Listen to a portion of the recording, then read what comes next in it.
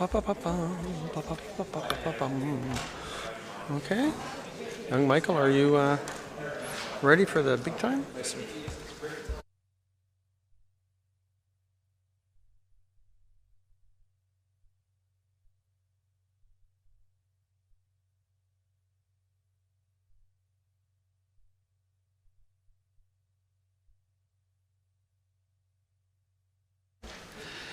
Good evening and welcome to Council Chambers. It is Tuesday, April the 25th, 2017, 7 o'clock on the dot.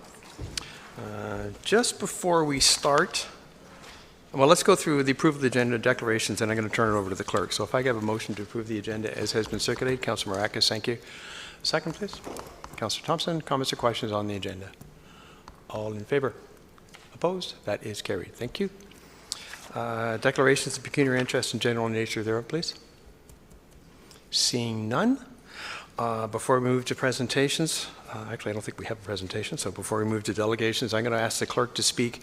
We're doing the electronic voting tonight, so might be a little bit of a learning curve here as we move through this. So, Mr. Durand.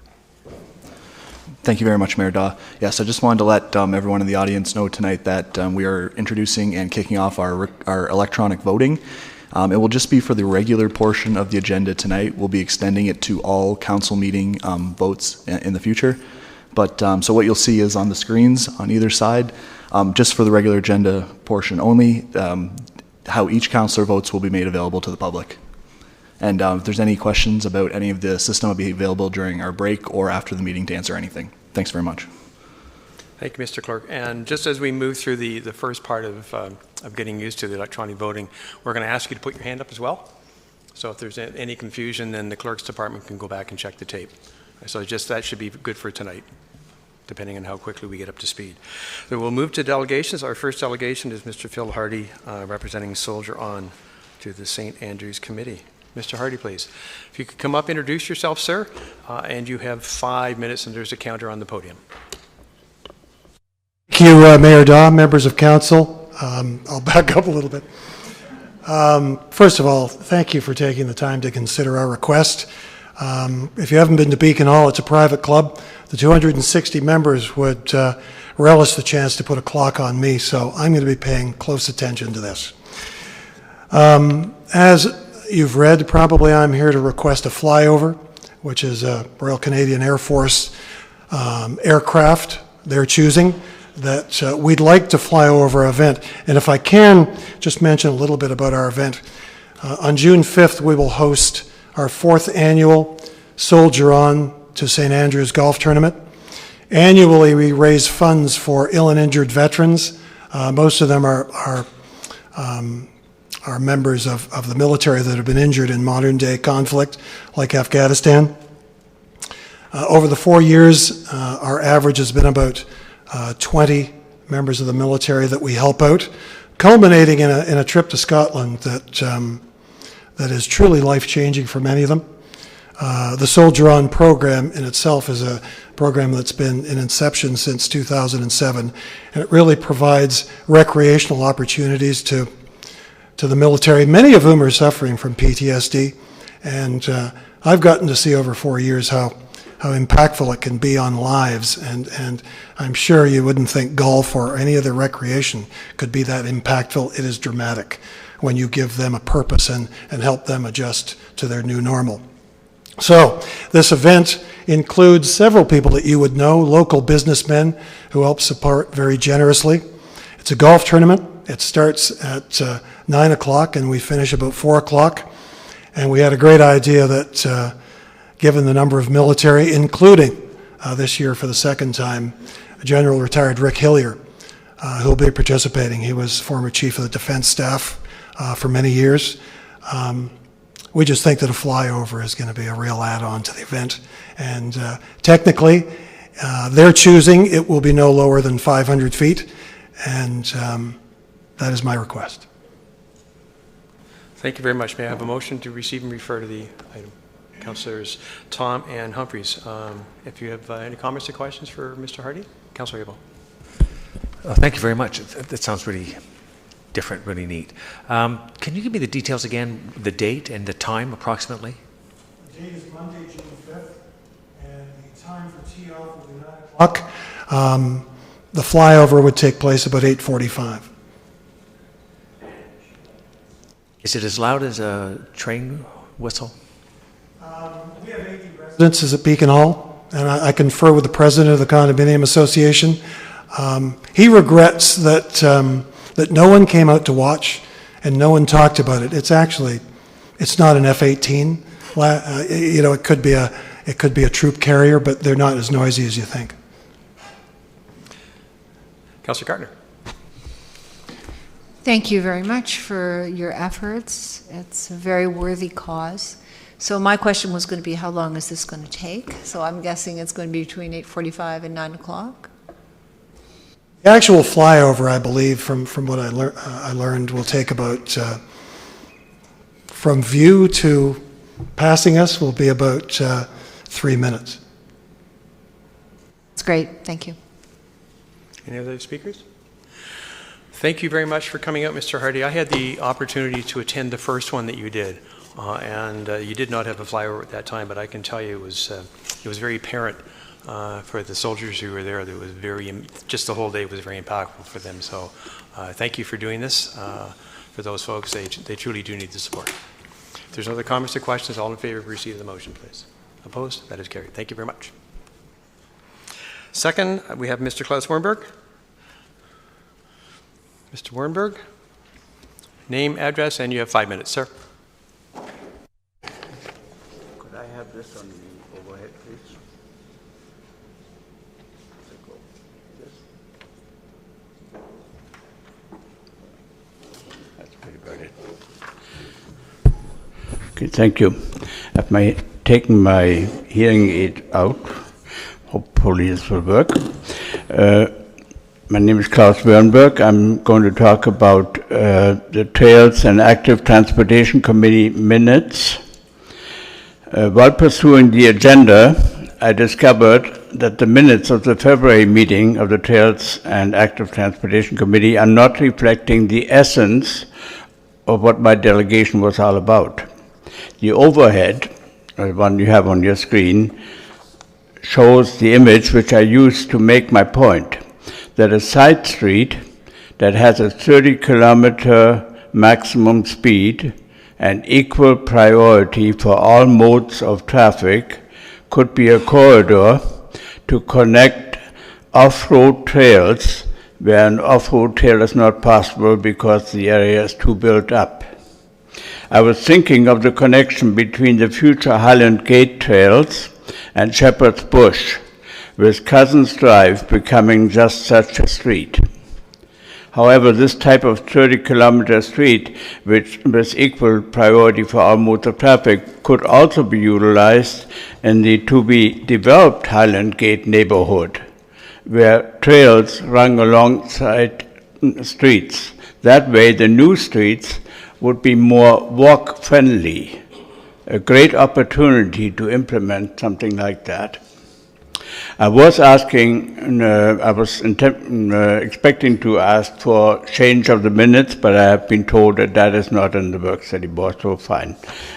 In a more general way, though, I might be worth considering that the text of minutes that contain short versions of what was presented by delegates at council and at committees be presented to the delegates before being considered official, so they could have a glimpse of what it was. I know it isn't easy to do this type of thing, but at least we have an equal status, because council members and committee members do get that opportunity to have a look at the minutes before they get to be official. So often delegates who have already condensed their explanatory thoughts because of the 5-minute maximum presentation time, and sometimes there is more than one message, so that further condensing the ideas in the draft text of the minutes can easily lead to eliminating a point that is seemingly unimportant. So that could be picked up by a delegate if it were to be made possible. This would likely be a procedural change, but I'm leaving it at that. So I'm wanting you to consider this type of approach. I had intended it to come through the committee, but now I'm more or less going direct to you people, and hopefully you can see the value in this. This was picked up in another country, as you can see, but it is utterly possible here to have a green street like that. Anyway, thank you for your attention. Thank you very much, Mr. Warrenberg. Motion first to receive and refer, please. Councillors Puri and Tom. I've got Councillor Maracas, Councillor Humphreys. Thank you, Mr. Chair. Through you to Klaus. Klaus, thank you for coming. So I just want to make sure I understand this correctly. Are you suggesting that council consider making certain streets and lowering the speed limit? Or is it just one street, or are you looking for a whole bunch of streets? So I just want to you can clarify exactly what it is that you're suggesting.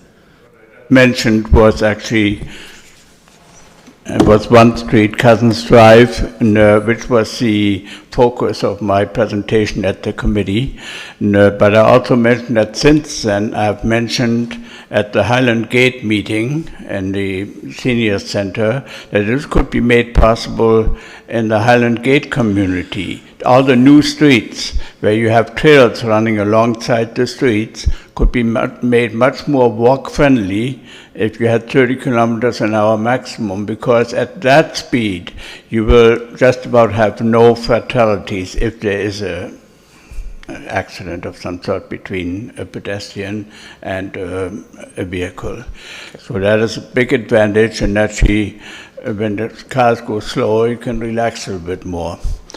And if you have equal opportunity, you're basically getting into what goes on in other parts of the world where nobody really has a priority, and you always have to watch the other one, the other participant in traffic. So, yeah. Councillor Maracas has the floor. Councillor? Thank you, Klaus. So I guess from what I'm getting now from what you've said is that Cousin Street is the main one that you're discussing, and then basically for us to consider lowering the speed limit on all the streets within the Highland Gate area. So that's the understanding that I'm getting. So I guess I'll hear what Councillor Humphreys has to say, and then we'll see. Maybe we can bring this up at the next Trails Committee. Councillor Humphreys. Thank you, Mr. Mayor, and thank you, Mr. Wernberger, for coming forward. And I think I understand what you're suggesting is let's start with Cousins Drive. Here's a perfect opportunity to look at a reduced speed limit, make it part of the connecting trails, and then grow from there. We've heard it. Councillor Maracas and I were on the committee. So we'll absolutely bring it back at the next meeting. I know you presented. I know I wasn't there. But we'll bring it forward for consideration and for staff to do some investigation to begin working on that. I think it's a great idea, and I don't believe we'll have any concerns with reduced speeds at our local residential streets. We get so many complaints with speeders and high-speed vehicles. I don't think that's a bad thing at all, so thank you for bringing it forward. I appreciate it.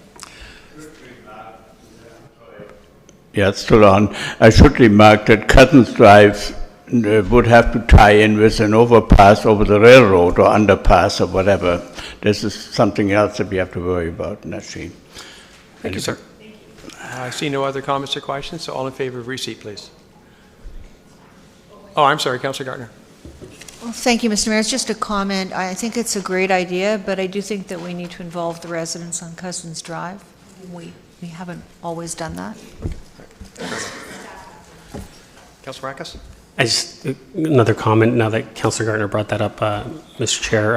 Possibly when is it the Place Speak, when that's up and running, this might be a good thing to initiate within that program. So. And I see our communications manager nodding knowingly. Okay, so that's great. Thank you. All in favor of receipt and refer, please. Opposed? That's carried. Thank you very much, Mr. Warrenberg. Okay, Council, we'll move into the agenda. So as we did last council meeting, I would like to deal with item C1 from the consent agenda, which would have some sub-items C1 through C8 and R1 through R1, 2, 3, 7, and 8, which were discussed at GC. If anybody has any quick questions on that, on any item here, that's fine. Otherwise, we're going to pull it and move it to the regular agenda. So anybody got any quick questions on any of those items, please? Councillor Gartner.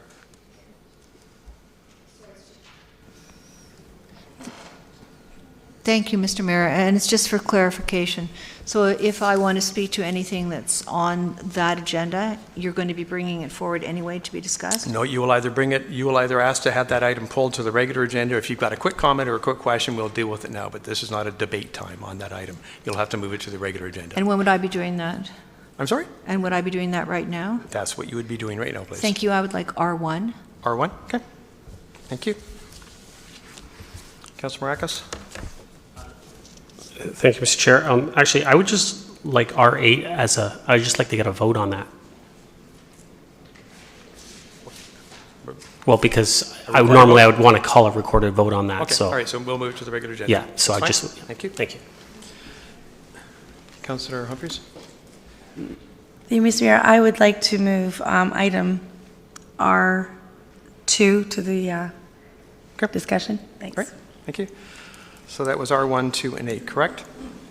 I have a motion for the other items, please. Councillor Gartner, you moving that? No. Please, hit the button. If you've got a question, hit the button.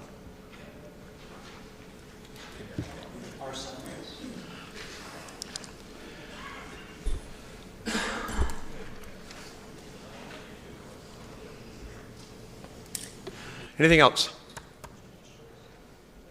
Right, Councillor Thompson. Through you, Mayor Dodd, to the clerk, just a question with regards to the report on adoption of voting methods. I know that there was a subsequent memo or suggestion by the clerks with regards to the bylaw. Is it necessary to pull R3 for that discussion, or is it simple just for us to deal with it with R6? Mr. Clerk. Through you, Mayor Dodd, Council could pull R3 and refer it to the discussion at R6. That would be correct, and then we could close off the loop of the report from last week by receiving it for information. Okay.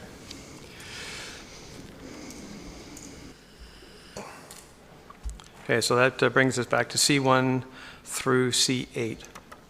A motion to adopt those items, please. Councillor Tom, Councillor Kim, all in favor? Opposed? That is carried. Thank you.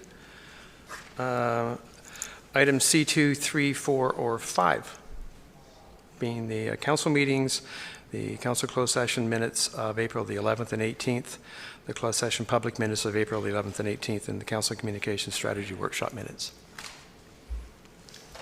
Thank you, Councillor Thompson. Second, please. Councillor Tom, all in favor then?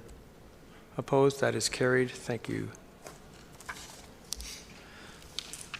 So then we will move to item R1. C1 R1. Thank you. Which is Councillor Gartner, the agreement with St. Andrews. Motion, please.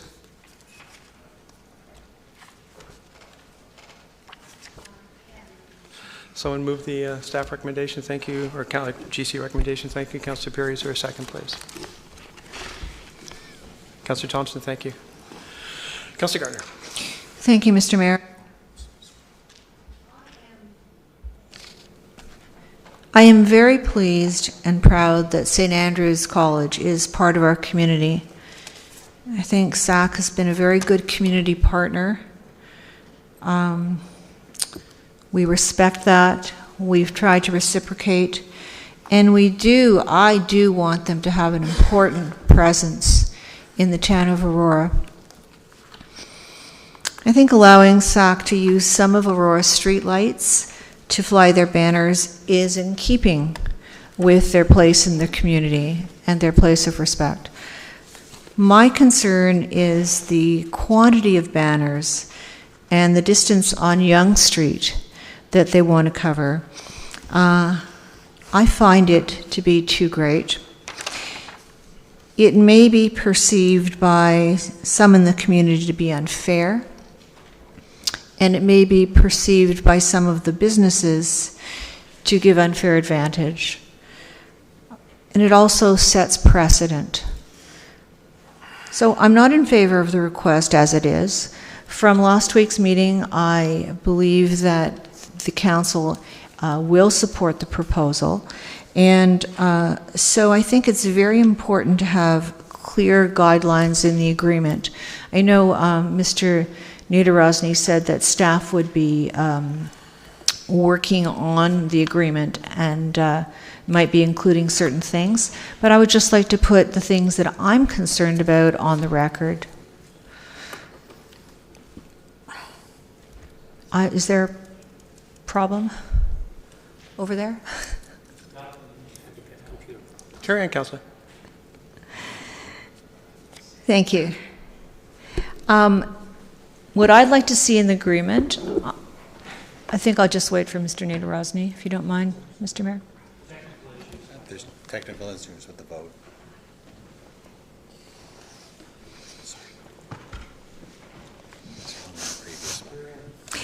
To Mr. Naderozny, as you seem to be in charge of everything these days, and whatever staff is involved with forming the agreement with St. Andrews College, I think the things that should be in the agreement are one banner per pole, and that those banners should be at the same height and the same size that the town of Aurora uses. There should be no use of reflective materials. That just makes sense for safety purposes and for the traffic on Yonge Street. And there should be mechanisms to ensure that the banners are maintained and how possible damages will be handled. I think everything should be very clear so there'll be no misunderstandings, and we don't want to create any problems between the town and St. Andrews College. And the other thing is how the town is going to track and handle any complaints that may arise from the community or businesses. I think that council should be aware of that. And also parameters on the messaging on the banners. There is a fine line between promoting the wonderful services of St. Andrews College and advertising. And I think that that needs to be taken care of in any agreement as best as our CAO and senior staff see fit. Thank you. Do I need to make that a motion? Mr. Naderozny, do I need to make that a motion? Yes, you do. Thank you. Well, then I'll make that motion. Is there a second? That's true. It's all the stuff that the concerns expressed at the council table this evening. Yes, that needs to be an amendment. That the concerns expressed at the council table this evening be considered by staff when they put together the agreement with St. Andrews College for the banners along Yonge Street. Okay. From Hold on. Councillor Marcus, you're seconding that? Okay. From St. John's Side Road to their bottom line of their property. Any comments or questions on that particular amendment? Just on the amendment. Councillor Humphreys. To you, Mr. Mayor, and I appreciate the concerns raised by Councillor Gardner. It's just really to ensure that everything's clear and the expectations between St. Andrews College and the town are clear, and I'm fine with that. I think it'll all be put into the agreement. But what I'd like to say at this point is, I really do love those banners. I love what they represent. The young boys that are coming from all over the world and locally to attend. I've seen some children of friends of ours and family.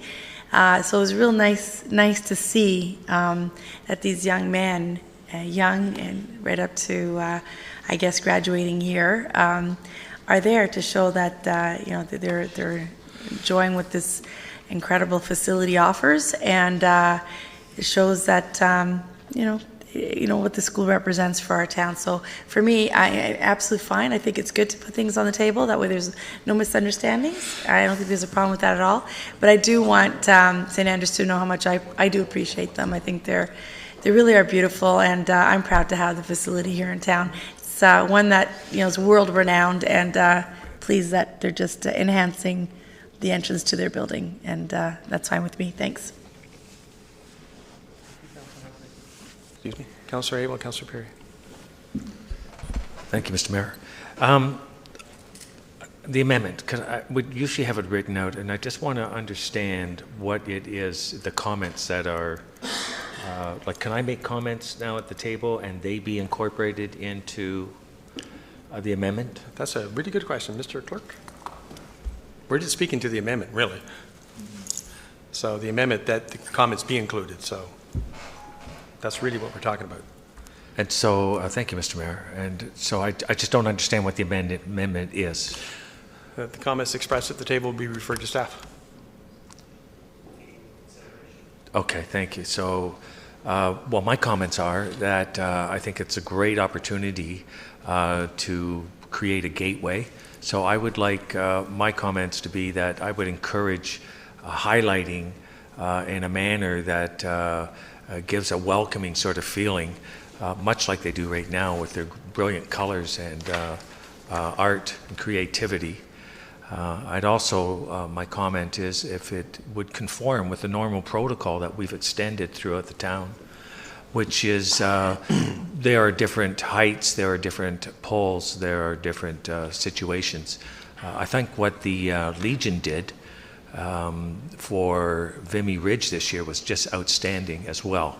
So my comment would also be that I would welcome and encourage others to look into participating in such, something that like that with us in the town. So if there's others that are inspired by seeing us partnering with our well-established partners, by all means bring that forward. So those are some of the comments I would like included. Thank you, Councillor Abel. Councillor Perry, Councillor Kim. Thank you, Mr. Mayor. And just three to Councillor Gartner. I completely understand that you do have some concerns.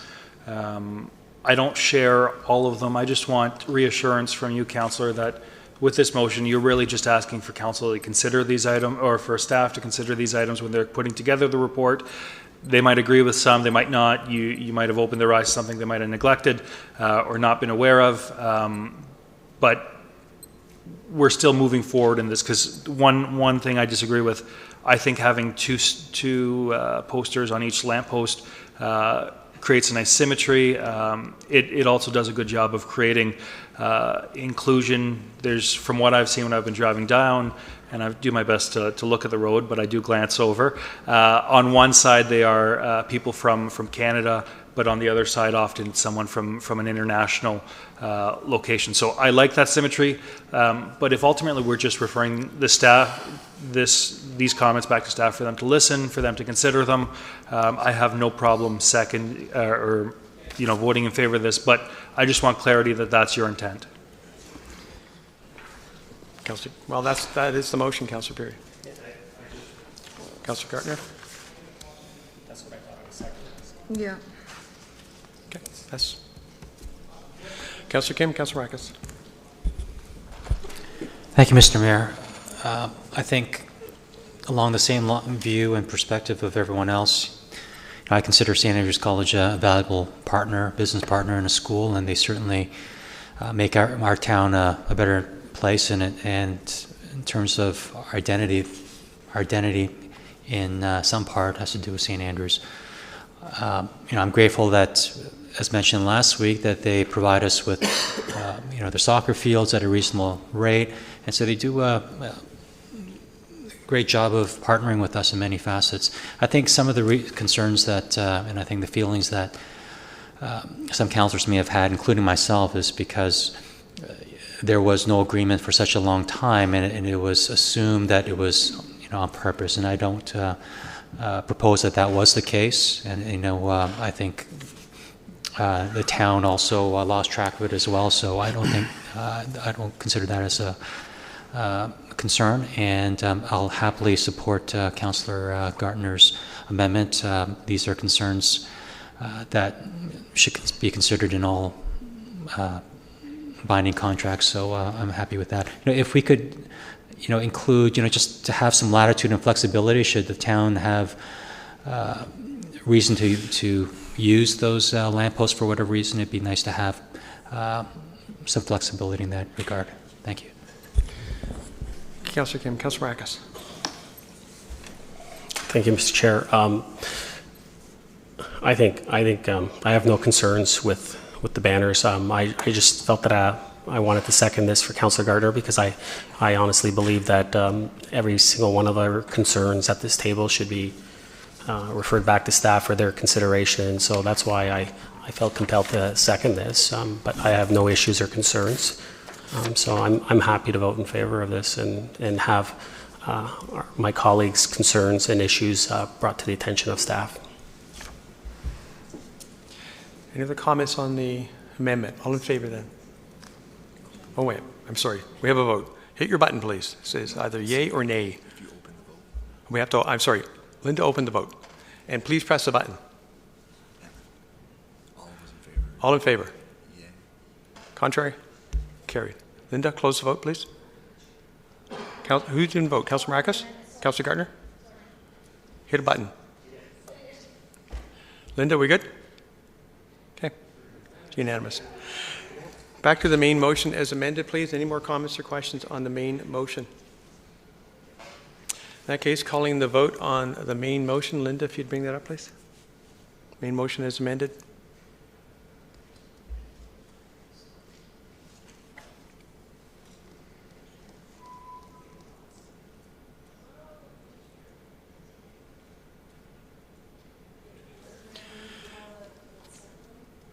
I'm sorry?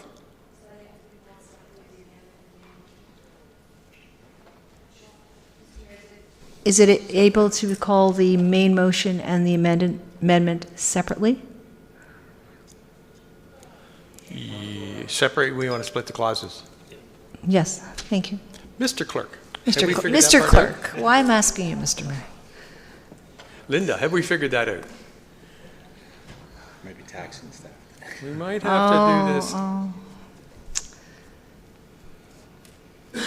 Mr. Clerk. The old-fashioned way? You got paper backup? Yes. Okay. We are prepared for the old-fashioned So we're way. going to call the first three clauses and then the fourth, correct? All in favor of the first three, this is what you call a hybrid system. All in favor of the first three clauses, hands up, please. Contrary. That carries 8-1. Clause 4, all in favor? Opposed? That carries unanimously, Mr. Clerk. Okay? Fantastic. Yep. Thank you. That wasn't too bad for the first one. Item R2, the Machel Avenue parking permits. I'm sorry, I don't know who pulled it. Councillor Humphries, I think. I did. I don't want to move it as is. Someone move this, please. Councillors Tom and Peary. Councillor Humphries, press your button there. I presume you wish to. I do. Thank you. Thank you, Mr. Mayor, all this technology. Mr. Mayor, last week we talked in great depth about the parking scenarios throughout our community, and I do appreciate and I support the motion last week that we would have staff work on an overall parking plan. I think it's really the right way to go for sure.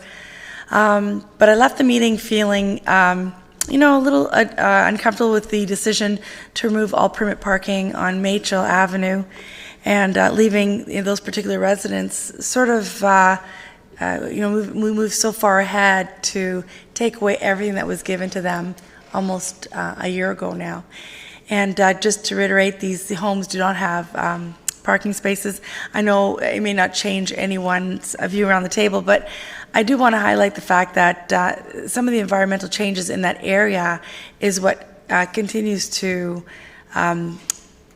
make me feel that we really do need to do something for these individuals. And They used to be able to park across the street at the LW and the other grocery stores. Earlier, it's now a new development, lots of construction work done during the day.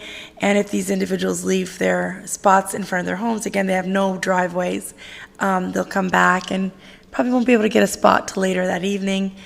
And then that causes issues. For me, I would wonder if I would like, if anyone would consider, and I maybe, if I could move it forward now, that we, the second item on here is saying that the town remove parking permit spaces on Machel Avenue, but I'd like to leave those spaces there and at no cost to these people until we get back a full-blown official parking plan process from staff.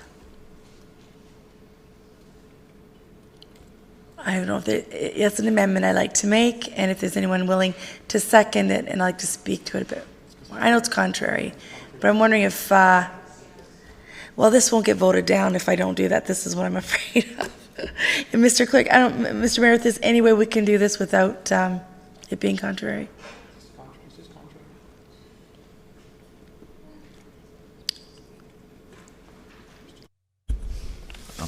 Through you, Mayor, just some clarification. So you're asking that they be allowed to park on the street. It remains unpermitted. You'd like it to be unpermitted, but they park on this, but those spots are theirs. It's contrary to exactly what the... It's contrary. It's contrary, Councillor. So, Mr. Mayor, so there's, at this point, Mr. Mayor... At this point, is there no other way that we can change this other than voting? You'd have to vote this one. Okay, so just for my fellow councillors, I do want you to think about the particular situation. We worked with these residents, Councillor Marcus and I, and town staff did a great job in terms of understanding the concerns, negotiated some parking spots in front of their home. They had no, they have actual signs that say the parking is for these homes, only permitted. The residents are asking that they have no other alternative to park anywhere else anymore, and they're hoping that they could have done that at no cost. I'm not suggesting that's the full-time solution at this point, but just that they allowed to park there now at no cost until we come back with a full town parking permit plan. And again, I'm just suggesting this, guys, because they're going to be back to square one. There's a lot of construction in the area. They don't have spots when they're gone. They're taken for the whole day, and they're struggling. People need to walk quite a ways to get to their home. And I'll stop there, but I hope that you'll consider, again, temporary parking permits for these 2 or 3 homes so that they have a spot to go to park in front of their home. Otherwise, they will not have spots until the end of the day, and even then there's a bit of a struggle. And just to reiterate again, there aren't identical situations, just they don't have any driveways. So they have no option but to park in front of their home. There really isn't any other alternative for them. So, thank you, Councillor Humphries. Anyway, that's it. Councillors Thank Abel, you. Maracus, and Gardner. Thank you, Mr. Mayor. So, apart from the Machel sort of thing, and in the report, and I'm hoping I can talk to it, we have used programs for parking permits in the past. The first one that I believe the report is for residents around here to park in the town hall parking lot. And there's a fee associated for that. And then we went into the town park for the 15 spaces there. The fee is there. Are those the same fees as what we were charging at Machel? Is it the same price? You've got a figure here of the popular package is 6 months at $200.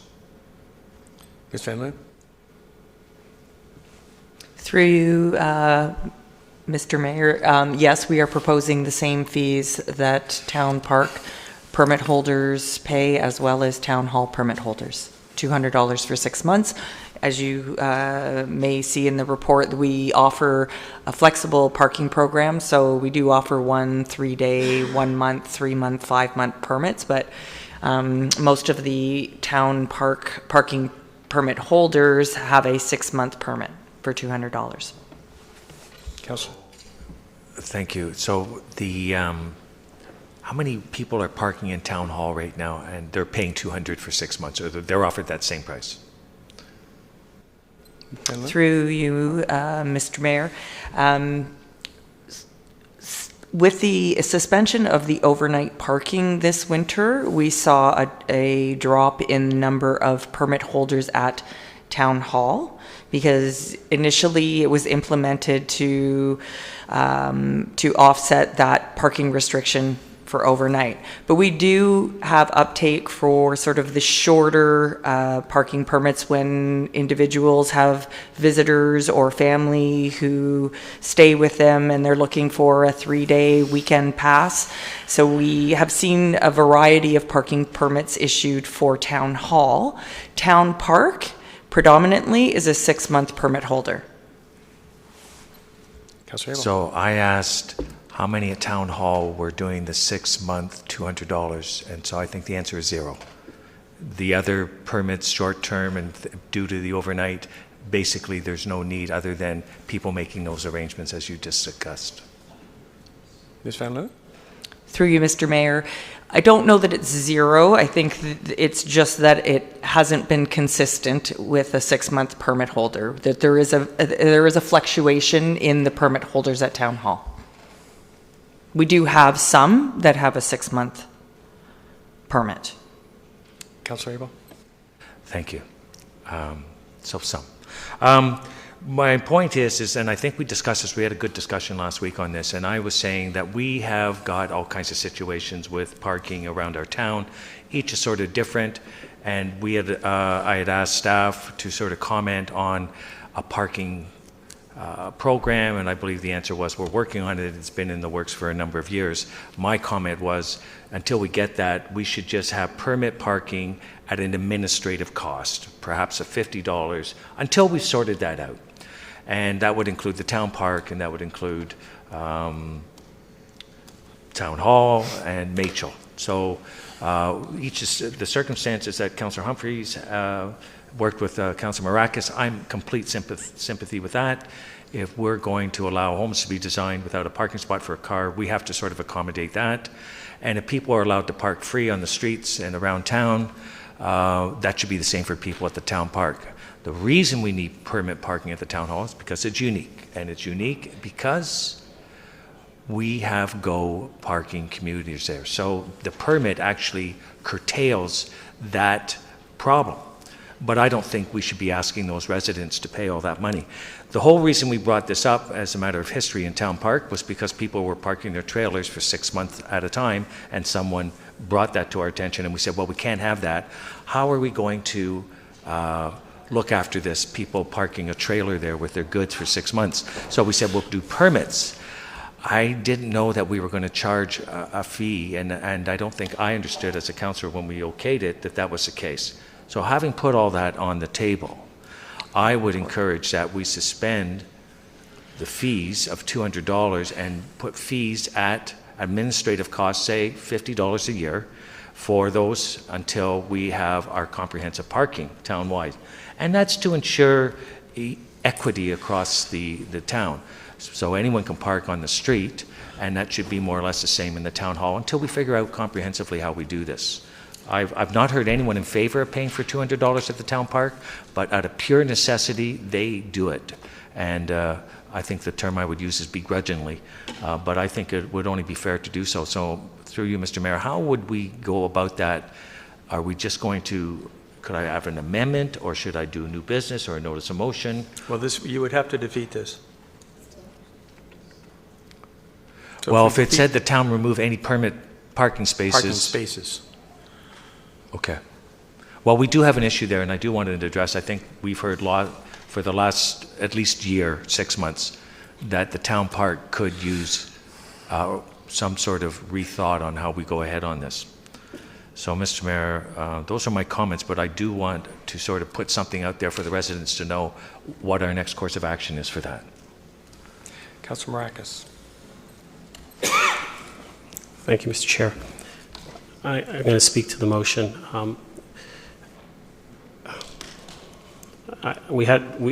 It's correct. We had a full discussion last week about this, and I think everyone knows my feelings and Councillor Humphreys.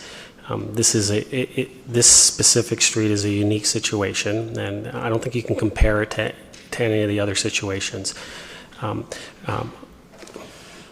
I tend to agree with Councillor Abel on this, though. I will say that if that was the course of action that we took and we decided to do that, I would be in favor of doing that. But right now, I'm focused on what's in front of us, and that's Machel.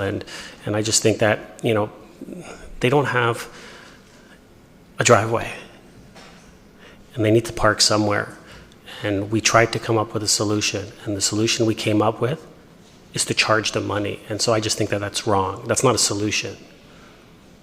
So I just, you know, I think that while we're looking at creating that comprehensive parking study town-wide, which we've asked for from the beginning of this term, that while we're waiting to get that we should just waive the fees on this. And that's my stance for this one right now. But if we decide to go down the other road and go a little bit further with the other ones, I'd be okay with that too. But right now, I'd just like us to concentrate on this one, and let's get this one done. Councillor Gardner. Thank you. I voted for this last week because the homes were purchased knowing that there were no parking spots. And it's been a very long time since they haven't had parking spots, although I think they might have had many, many years ago. I've spoken with friends in Toronto. They just park on the street. They're not allowed, they don't have driveways. They're not allowed to buy excuse me, permitted spots. The only reason I might change my mind on this is because this is now a construction zone, and I think maybe it places, not maybe, it will place undue hardship on these residents, but I think they'd have to pay for the spots just as every other person in town pays for a permitted parking spot. I don't think we could set that precedent right now. I do think we need to look at the whole town. The town is really diverse, so it can't be one policy for everyone. But I might be in favor of allowing this because I don't want to have any undue duress on our residents, but I don't think we can set precedent by allowing it to be free. Councillor Gardner, Councillor Perry. Thank you, Mr. Mayor. And again, speaking to the motion, because I don't think we necessarily have tonight so far, the reason that I was in favor of it last week is just make sure that we treat everybody fairly and equitably.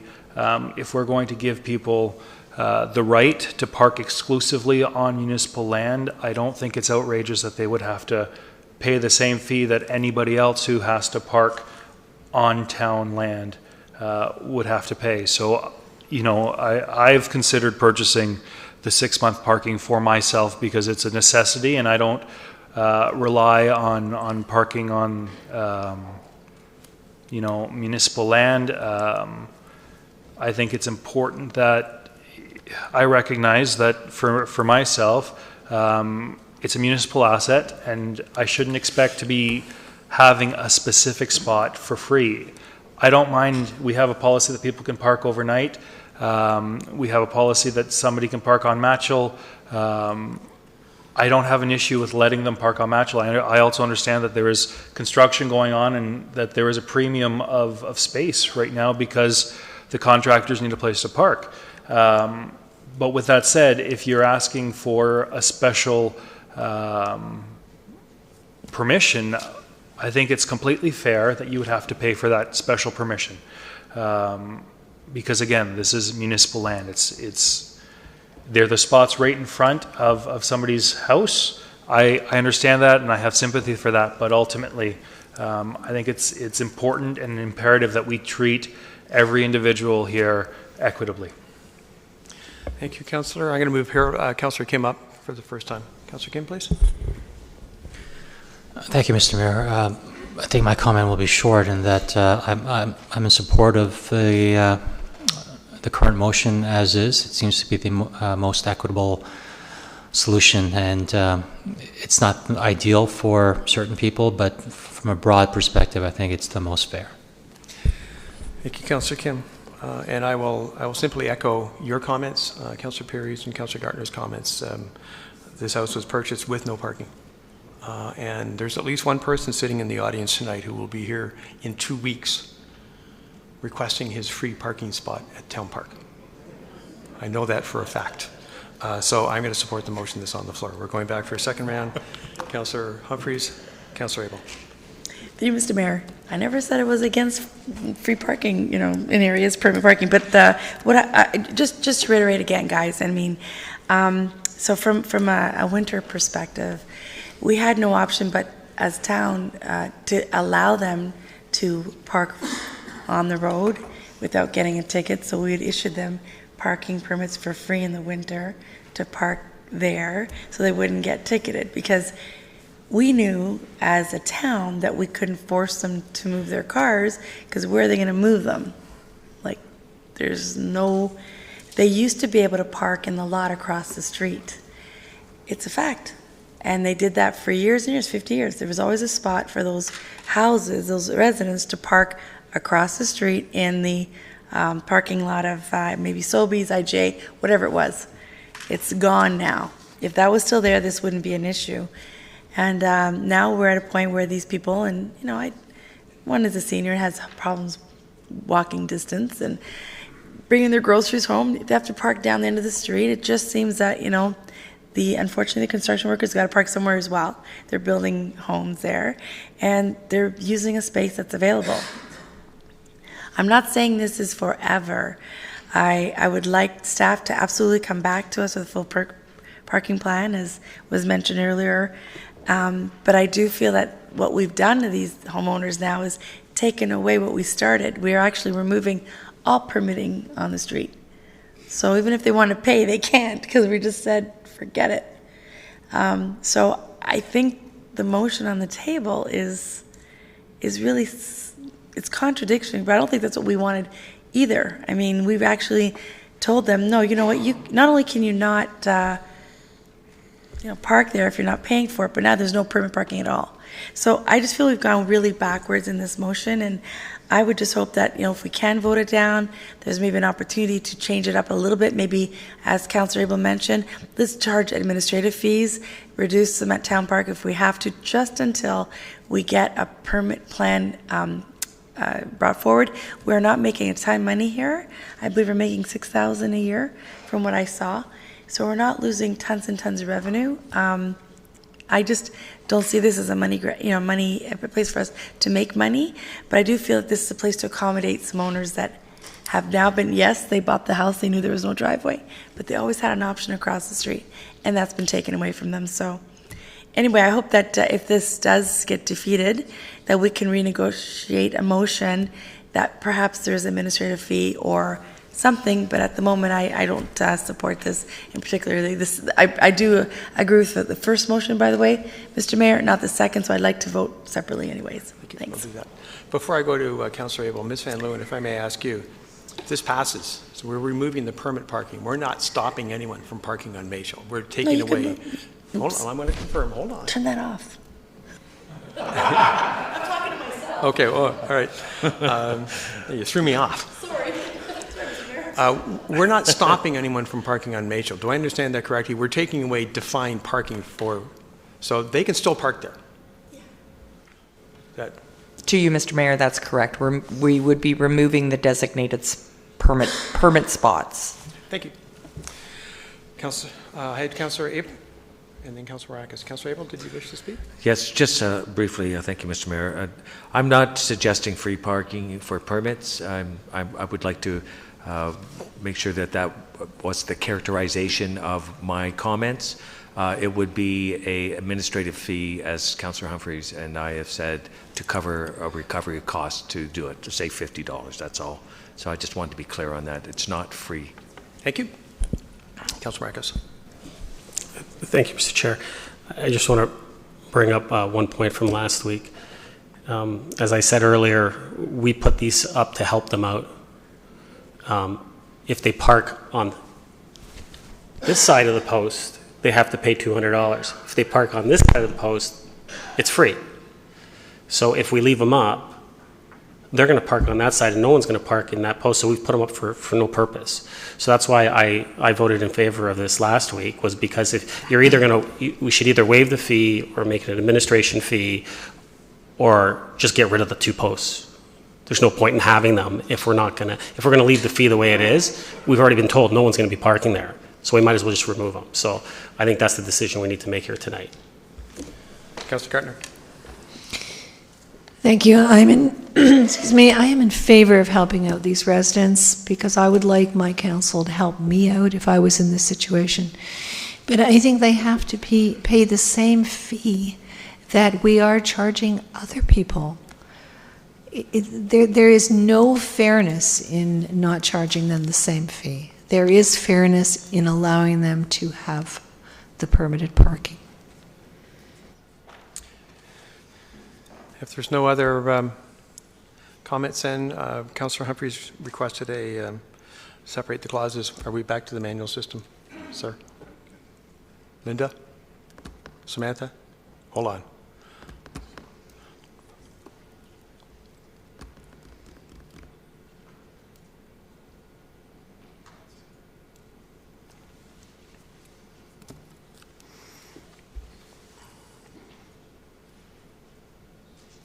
Okay, so the first one we'll be voting on is that will be received. Either vote yay or nay. So voting yay, and hands up, please. Okay, that carries. Votes closed on that. And then the second item, second clause, excuse me.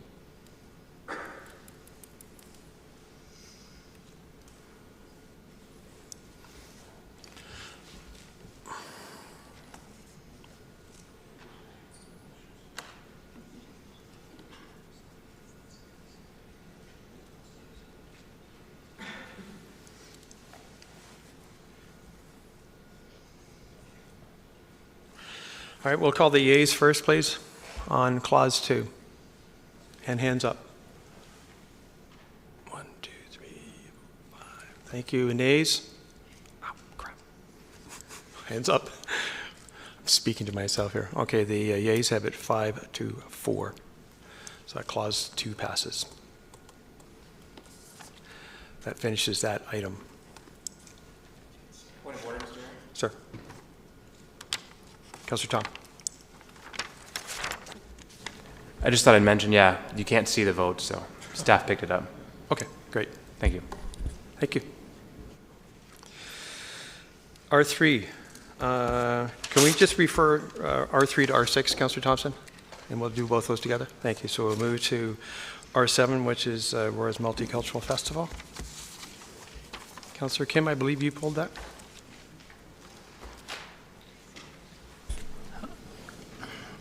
Yes, thank you, Mr. Mayor. You know, I was glad to... Motion, please. Like to move the item forward, please. Thank you. Second, Councillor Marcus. Councillor Kim, yours. Yes, I was pleased to read and hear about the variety of suggestions, recommendations brought forward due to the 2 open houses. I guess just had a couple of quick questions through you, Mr. Mayor, to Mr. Downey.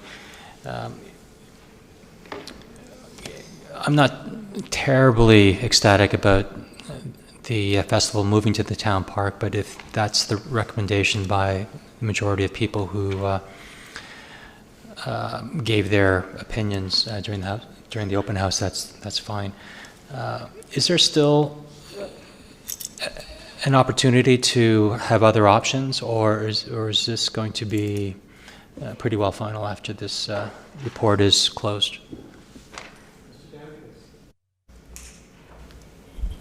Through you, Mr. Mayor, staff have, as you know, had meetings, and this is our recommendation to council. Council always has an option. You can, as the report says, you can pick another location if you wish.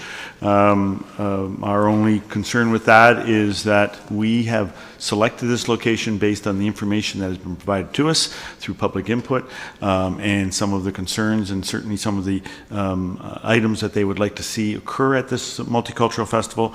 I would never say say to council they don't have an option, but this is our recommendation to you. Councillor Kim. Thank you. That's all. Thank you. Any other speakers on the item, please? Yes. Councillor Abel, I'm sorry. Thank you, Mr. Mayor. And there were, I'm looking at page 2 of the report, there were a total of 19 people who attended the public information on the 2 sessions. And of them were members from the media, the public library, town council, and historical society. So was there anyone from the residents, from the general population other than them that were there? I'm just wondering, it would be probably under 10 for both, an average of 5. So perhaps it might have been less. But for my liking, for the way I look at it, for an open house, that's not a very good turnout. But I appreciate the effort to engage the public, and I think it's a very small part of our community that came and participated. But lots of good suggestions. The comment that the event was the festival last year, and it starts on the background from last year, Saturday, September 10th, was extremely successful with 95%. Would indicate to me that this was a fantastic festival. Through you, Mr. Mayor, could I get a number of how many people were surveyed? Mr. Downey, do you have that? Through you, Mr. Mayor, I don't have exact number of how many people surveyed. I know the majority, actually, of people in the park were actually surveyed. We had a number of people going around conducting surveys, so we got a large portion of the crowd that was actually there. So we felt that from that perspective, the survey information we collected was very statistically accurate. Councillor Abel. How many people were actually surveying during the crowd? Through you, Mr. Mayor, that's a question you asked previously. I'm sorry, I don't have a number. If I have an opportunity, I can certainly provide that number to council if it wasn't part of the report, so I would have to ask staff specifically how many people were surveyed. I know a large portion of the people who were there were surveyed. Councillor? Perhaps I'll ask with a little more clarity, so I'm not duplicating my question. How many people were conducting the survey? Mr. Downey. Mr. Mayor, the number of people conducting the survey, I'm sorry I don't have that as well. I know that we had at least 5, if not more, but I can give you that number as well. It would take some time. I'd have to talk to staff. Thank you, Mr. Downey. Councillor Abel. So for me, when I judge success, and I'm sure we use metrics in almost everything that we do judge, we do it on attendance. And we don't have the attendance here for the event. I think it was somewhere between 400 and 600. I attended. I have a feeling that with the dance acts and their entourage or their family and friends that came to watch them, most of those attending, or over half, would have been associated with the performers. So I think we should know that number so that when we're looking and evaluating in the future, and compare it with other events, how successful an event was. We do it with the concerts in the park, our parades, the attendance just at the Arctic Adventure where we had 3,000, 4,000 people. In my mind, if there were only 400, then it wouldn't be nearly as successful as one had hoped. So I'm looking for that metric of those that attended. In my mind, that last year was far below expectations in those that attended, and that's just a comment. And I'm very supportive of the multicultural event, and I'm hoping that the surveys would also indicate that one of our goals is to get the engagement of our community. And when we open up an open house for engagement and get perhaps 5 each night, apart from council members and media, that we could do better. We could do better in engagement, and let's see if it still holds that we, in the town park, we often get several thousand for good events if the weather permits. So my comment is really, I'm hoping that we be able to measure the crowds and compare it to other events, as well as do the surveys, and then be able to measure how to improve and the success of the event. This is our third multicultural event, and the first one was rained out, and the second one, the weather wasn't just great. We're moving to a new location, and it is a legacy of the 2013 Aurora 150, that it was the first time it was done there, and I'm all for legacy projects that can enhance and attract events and people to our community.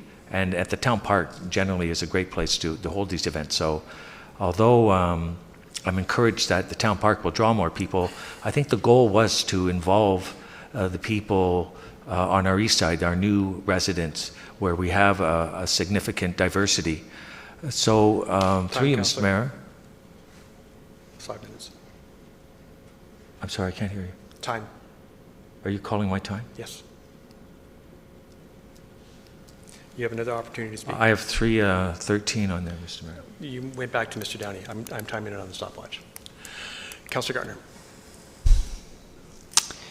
Thank you, Mr. Mayor. I was disappointed in the turnout at the open house that I went to, but I was certainly pleased in the turnout at the festival itself, and I thank Councillor Kim for continuing with bringing the idea to council and so making it a tradition, hopefully.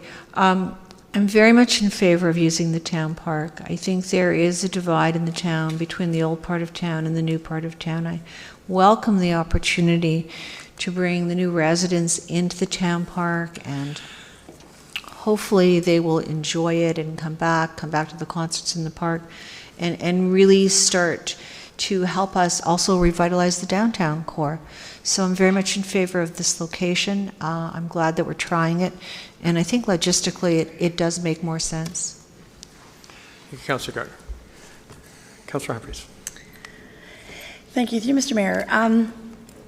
Yeah, I'm very excited, so with the feedback, and yeah, it would have been nice to have more people come to the open house for sure, but I think we've done so many wonderful festivals, and town staff do such a great job, I think, with the added input, along with the experiences of the last few years. It's just going to get better and better.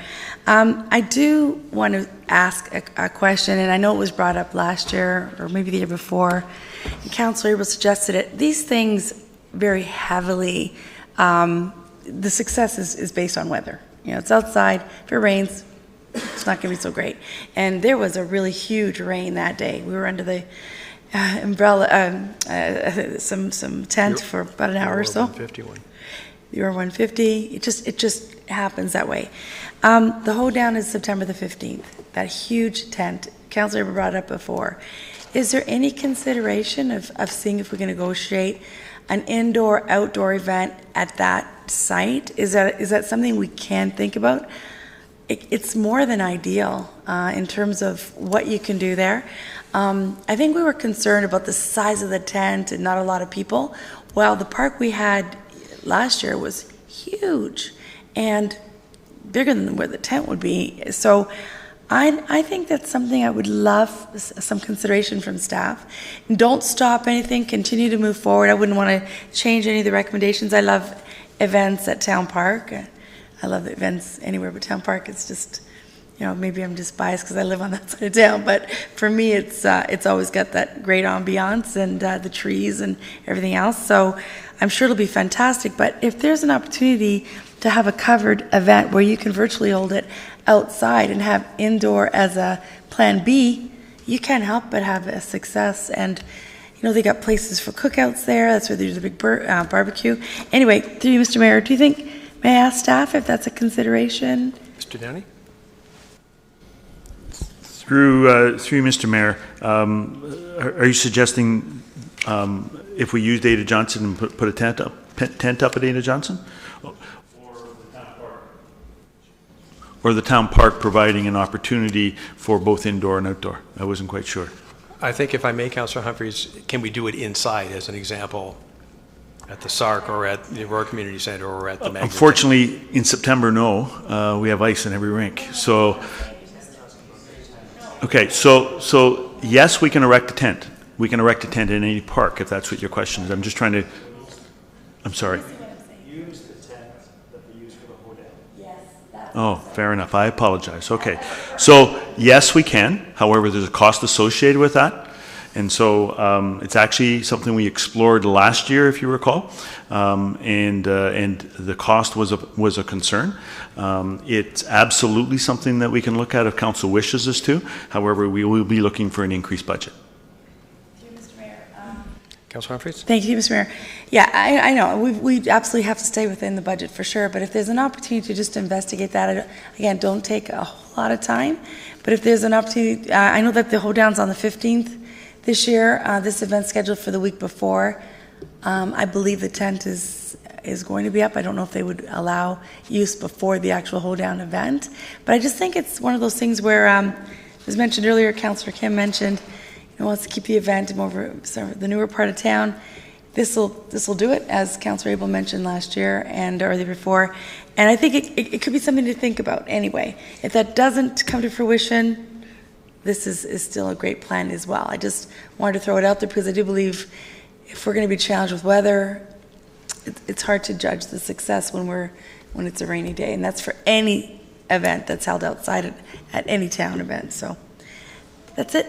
Thank you, Councillor Humphries. Councillor Marcus. Thank you, Mr. Chair. Yeah, I think the open house could have been much better. I agree with everyone, but I mean, typically we know that a lot of these open houses that we hold, the turnout really isn't that great. But I'm pretty confident that with our new communications manager, Stephanie's going to come up with some very innovative ways to bring in a lot more people when we hold these open houses for other events or doing any other surveys. But also, I do recall while I was at the Multicultural Festival, the surveying that was going on, and I'm actually quite confident with the results from that survey part of it that there was quite a big portion, sample sizing for that one. So I'm confident with those statistics. But as far as any other data that could come back through you, Mr. Chair, to Mr. Downey, if you do bring back some data, as far as comparing to other events that the town holds, such as the Arctic Adventure or concerts in the park, I'd prefer to see it maybe like apples to apples. So if we could do it, like if we could find out what the data was or what the attendance was for the first year of those events and compare it to the first year of this event, I think that would be more comparable instead of saying, I don't know, like the Arctic Adventure, I think is in its, what year is it in? Mr. Downey? Through Mr. Mayor, yeah, we'd be probably in our 8th, and we had some difficulty figuring out what exactly weekend, and we changed the weekend, and then we changed the location. It used to be at a different park. So I believe it's been at Town Park on Family Day weekend for about 6 years now. But Arctic Adventure was also held in other parks prior to that. Councillor Marcus? Thank you. So my point to that is that I think that once the Multicultural Festival gets to about 6, 8, 10 years, I think we'll probably see those same kind of numbers coming in. So I was actually very happy with the turnout at the 400 to 600, around 400 to 600 residents coming out there, and in my mind I did see a lot of the residents because they were all coming down the hill and coming in. We were there all day, and there was a lot of them coming in even though it was raining. So I'm looking forward to this year's event, and I think it's going to be bigger, better, and every year it's going to get better, and I have all confidence in the world with Shelley and Al and to put on a great event. So I'm looking forward to it. Thank you. Councillor Gardner. Thank you, Mr. Mayor. And we do have the advantage of having the armory. But I'm wondering through you, Mr. Mayor, to Mr. Downey, do you have any idea how much it would cost for us to put up a good-sized tent? Mr. Downey. Through Mr. Mayor, we didn't actually cost that out. It's difficult to figure out how big is big enough. because if it is inclement weather, everyone's going to want to be under the tent, and you generally we're going to put everything under the tent that would require cover anyway. So if we're going to have some culinary displays, we'd want to make sure there was a tent large enough for that, and then of course you'd want to make sure that it was large enough to handle any crowd that was in there. So our concern was any tent is going to add to the cost of the event, and since we didn't want to come back to council and ask for more money, we wanted to make sure that we were spending it as effectively as we possibly could. That's one of the reasons that we did not want to give consideration to Ada Johnson with a tent.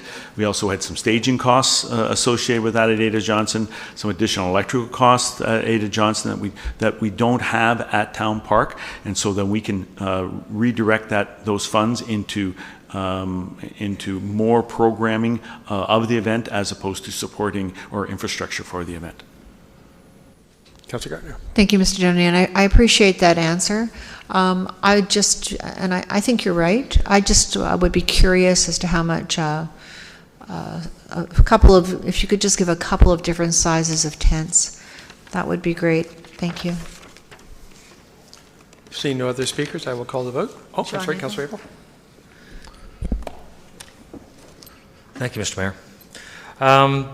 So, some of my thoughts is that this is a great event. This is a great thing to put some money into. But in my mind, a little bit of oversight on anything that we do is prudent. We put $27,000 last year. We have event staff at number 3. Full-time employees. We had several other staff on site. So we're putting in quite an investment on something along these lines. And I think it's good that we compare apples to apples, as Councilor Maraca says. Everything starts at the beginning with a low attendance. Some things catch on just because they're magic.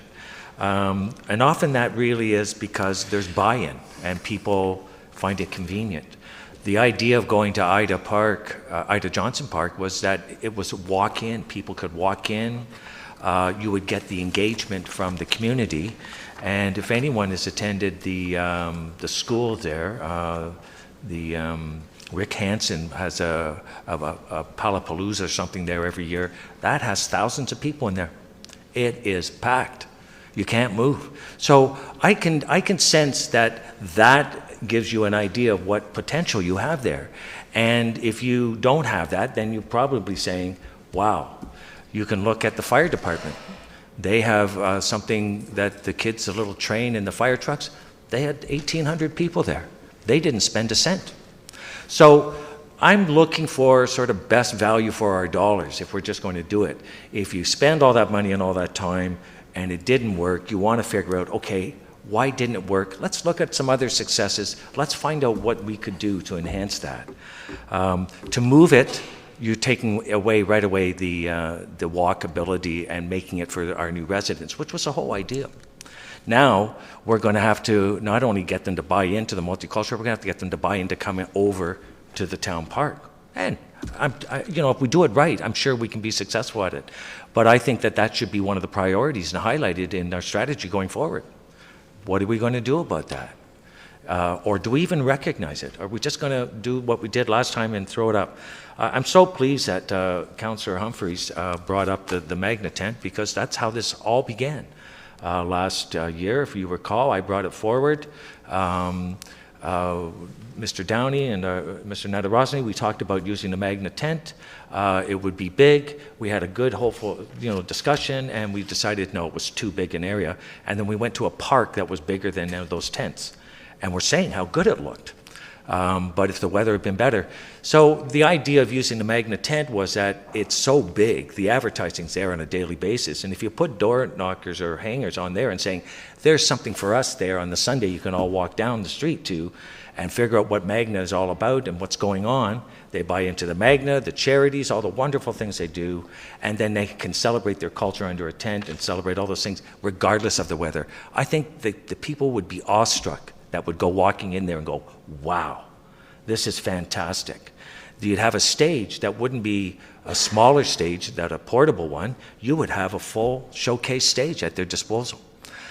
Parking, walking, it'd just be phenomenal. They could bring their friends and their relatives from all over to come and celebrate and do this. So you would get buy-in and interest right there. It would be so easy. So I'm not trying to be critical. I'm just trying to be analytical and trying to say, hey, this is a great idea. Let's explore some of the ideas. We did start there. It was turned down. We went to Ida Park. Now we're going to Town Park. We're trying to get buy-in and engagement. We got 5 people each time.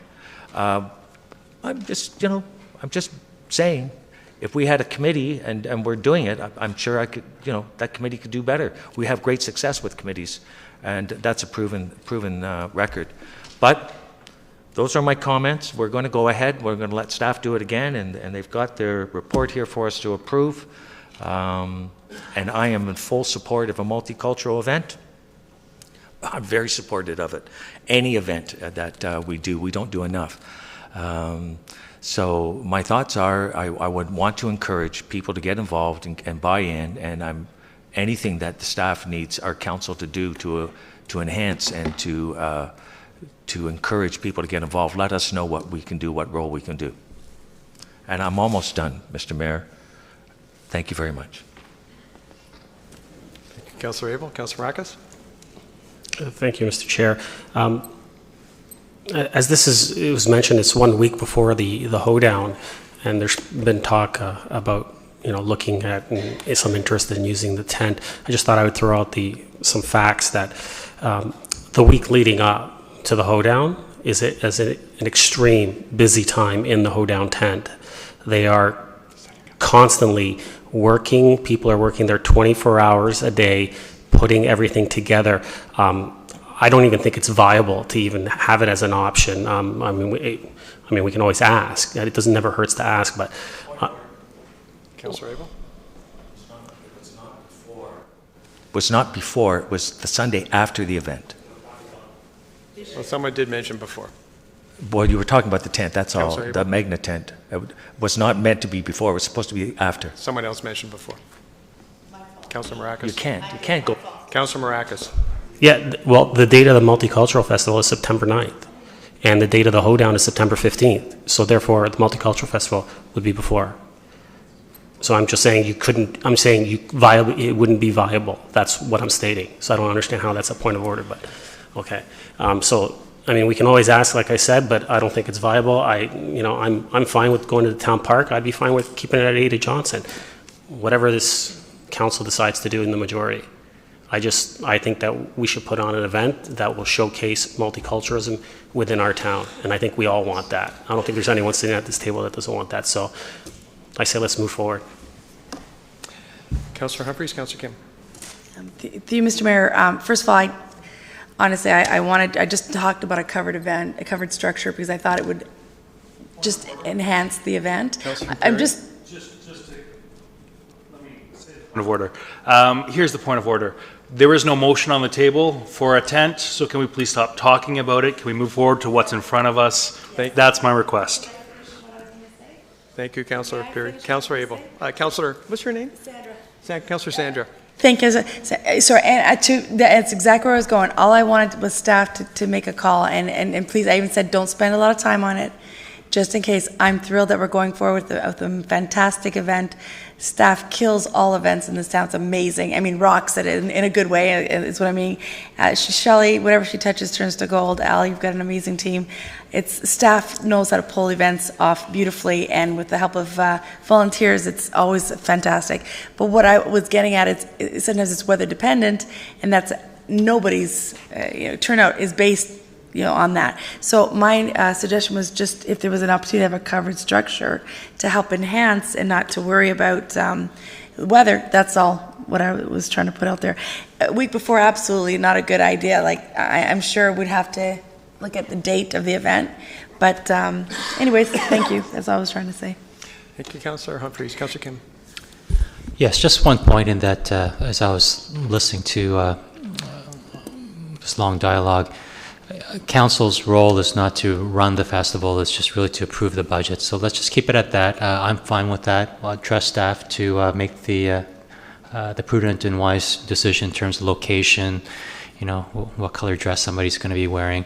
So we'll leave it at that, and I'm fine with that. Thank you. Well said, Councillor Kim. Thank you very much. Linda, if you would open the vote, please.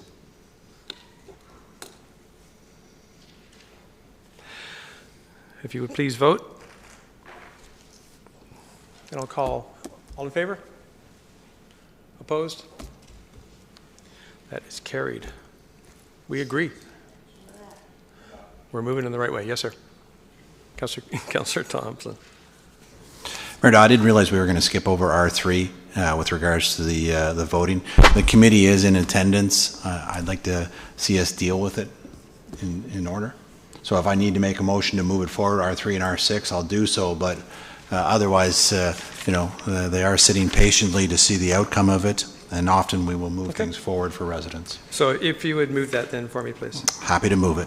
Second, please. Councillor Perry, thank you. All in favor? Opposed? That is carried. Thank you.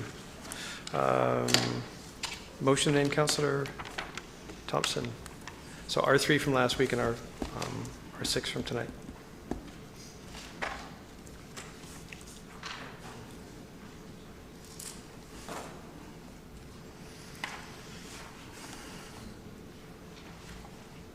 And this really is in conjunction with R6, with the additional memo. I'm going to go to the clerk first. Best way to handle this, Mr. Clerk?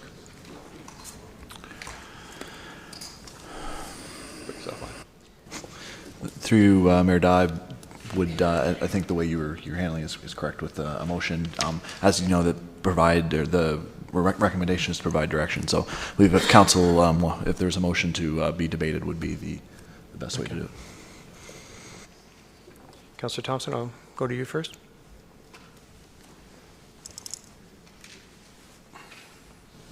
I'll move the committee's recommendation that we implement internet-only voting. Councillor Maracas, seconding it. Speakers, please, to the motion. Councillor Tom. Just clarification then from the clerk. Last week at committee, that recommendation was defeated by a vote of count or of committee. We've come to committee for someone to move the identical motion again. So I guess that's what happened. That's what happens every week, I suppose, at council. That but I just like some clarity. We voted and it was defeated last week, and now the exact same motion has been put forward at council. I'd like some clarity on that. Mr. Clerk.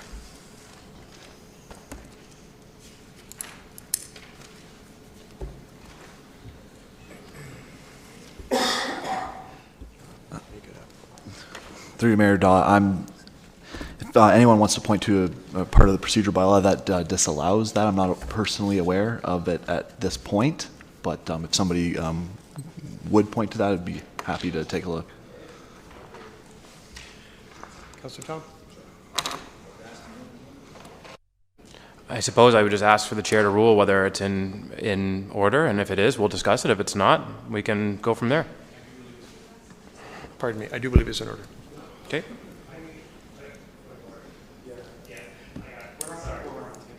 Well, it's contrary. Chair, it's contrary. We just need sites to make our vote. Councilor Humphreys got something forward as contrary. It's the same thing like we actually have to provide direction. And I understand that, but our original motion, or what we carried last week, was to defeat this, not to put this forward. While I disagree with that, Councilor Thomas is correct. Contrary, and we shouldn't be allowed to just put that back on the table unless we defeat what we did last week. Yeah, I'm just going to... Unless it's a totally separate, I mean, if Councillor Thompson wants to put forward a totally different scenario, then that might be different, I don't know, under our procedural bylaw, but to put down, just to put a total, just a contrary motion is out of order.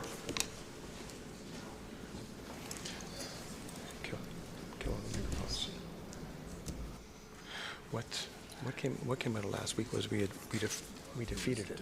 So there's nothing, basically. We didn't even receive it for information. Okay, so this is still in effect then. If you focus on this agenda's report, you're looking for direction again. Yeah. Right? Yeah. So getting Which is our so nothing happened. Which is Now our you're looking 6. for direction. It was defeated last week at GC, as has been pointed out by a few people, but there was no alternate put on the floor. So we're essentially in item 6, which is looking for direction. We're still looking for direction. Councillor Thompson.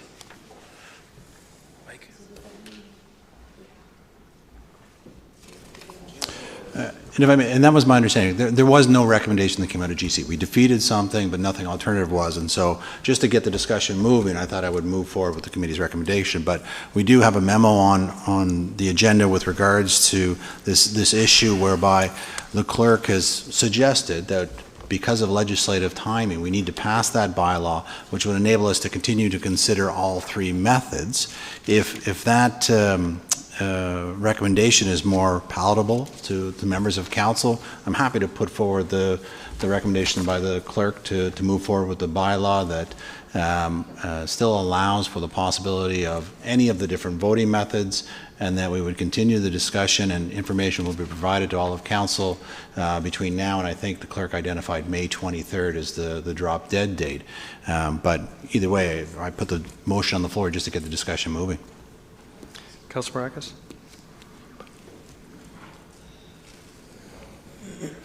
Actually, I was seconding that, so. You already seconded? Already seconded? Okay, yeah, and I'm not going to add to it because we're not going to have that discussion tonight. I think we're going to have that discussion when we get that full report back. So I'm in favor of moving forward.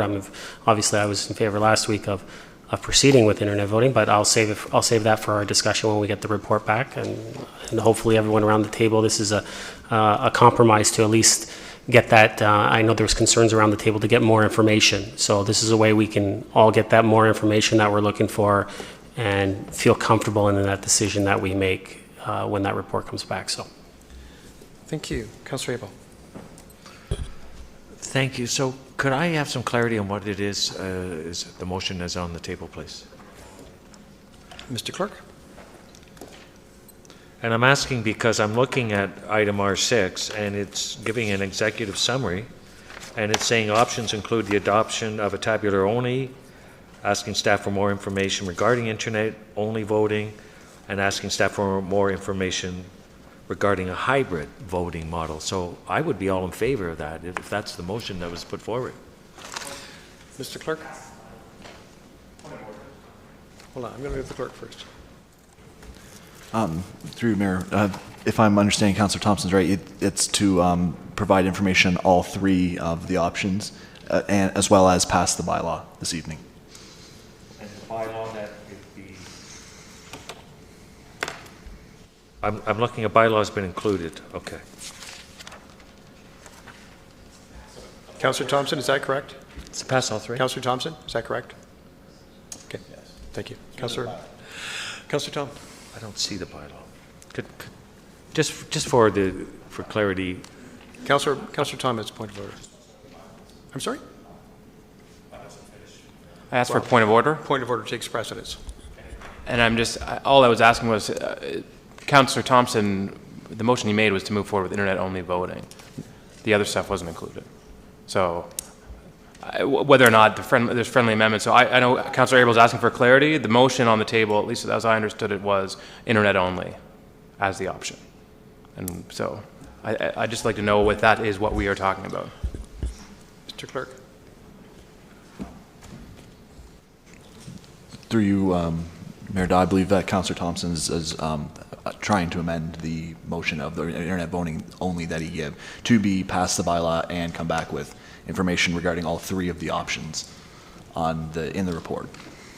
Councillor Thompson, would you care to clarify, please? Yes. Please do. I think we need to move forward. Obviously, there was a number of people around the table that expressed concerns over a variety of pieces.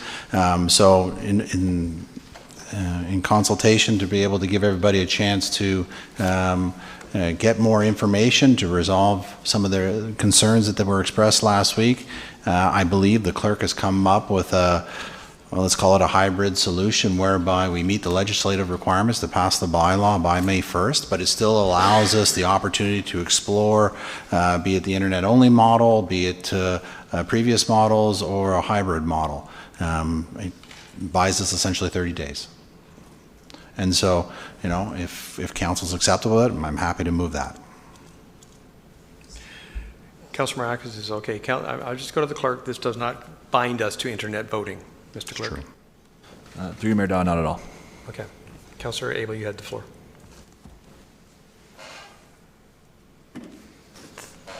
Thank you, Mr. Mayor, and thank you for the clarity, because I was looking, the first words were staff recommendation, and I'm looking and it didn't really have, but it did in the executive summary. So I'm all for in favor of moving forward. We have to pass the bylaw anyways, and in the event that we find some hybrid or we go internet only or we stay, we are only suggesting that we've got the bylaw that will allow that. Through you, Mr. Mayor, am I correct in that? Mr. Clerk? Through you, Mr. Mayor, yes, sir. Councilor Abel. I'll be in support of that motion and supporting Councillor Thompson's motion. I've got Councillors Kim, Peary, and Tom. Thank you, Mr. Mayor.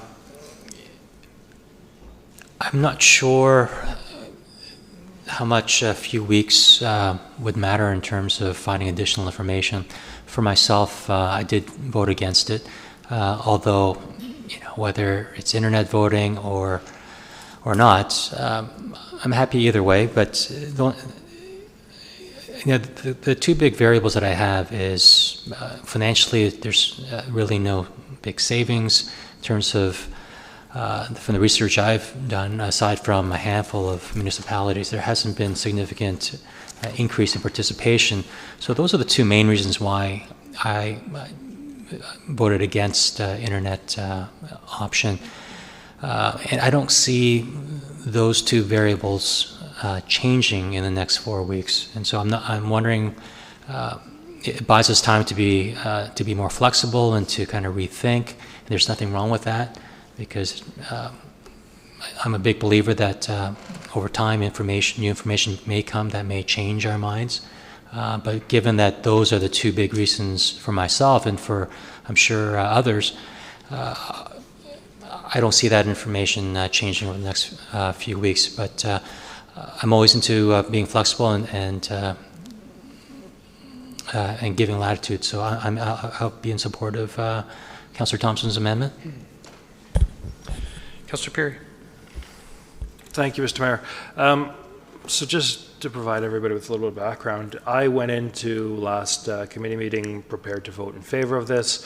You know, even though there wasn't a reduction of costs and there wasn't an increase of turnout, but as the discussion went on, my feeling was, well, what problem is internet voting solving? And I haven't identified what problem it's solving, and I haven't identified if that trade-off is worth, you know, an increased risk. Now, with that said, I'm happy to look at more information here. That's not an issue. But for me, and this is more direction for staff to go back, when we get a further report, if you can please clearly explain to me what problem internet voting is fixing, because to be honest, even if it's a minute increase in risk, I'm not sure if convenience of being able to go out once every 4 years or being able to vote, you know, from your pajamas at home. At least I hope everybody's wearing pajamas at home. That's that's where I'd like to understand progress for progress' sake alone. I'm not sure that this is progress. I'm not sure if, you know, what the problem is that we're solving. So if that can be explained, it would be greatly appreciated. Thank you. Councillor Tom. Thank you, Mayor Daw. This is a very frustrating scenario that has been put on us tonight, I think, in my opinion. Committee recommends, or doesn't recommend, I suppose, they defeat a staff recommendation to move to internet voting. I can appreciate the fact that that probably wasn't an anticipated outcome for staff, considering we're in this predicament we're in now, which is that we didn't give staff a recommendation in time for the deadline for alternative voting, considering that we use an alternative vote as a status quo, which is the tabulators. So we would be reverting back to paper ballots had we not had this put in front of us. I can appreciate that. But what I get frustrated with is that it's one thing if we decide to open up an item again that we discussed at committee, and many times opinions change, new information comes to light, people change their vote, it happens, and it's part of the process. But what this has done is that, the report kind of says, well, council could look at internet voting, even though the recommendation was defeated last week. I just think it's a roundabout way. I mean, I understand if we had to put a report on the table that said, listen, seeing what happens with the vote on R3, we're going to need to put something forward for the tabulators because we don't have, that's not on the table, that's fine. I just don't appreciate that. It's a comment. I'm not looking for staff to comment on that. This is a comment. I'm not happy with the way this has come about. And quite frankly, speaking to the motion that's on the floor,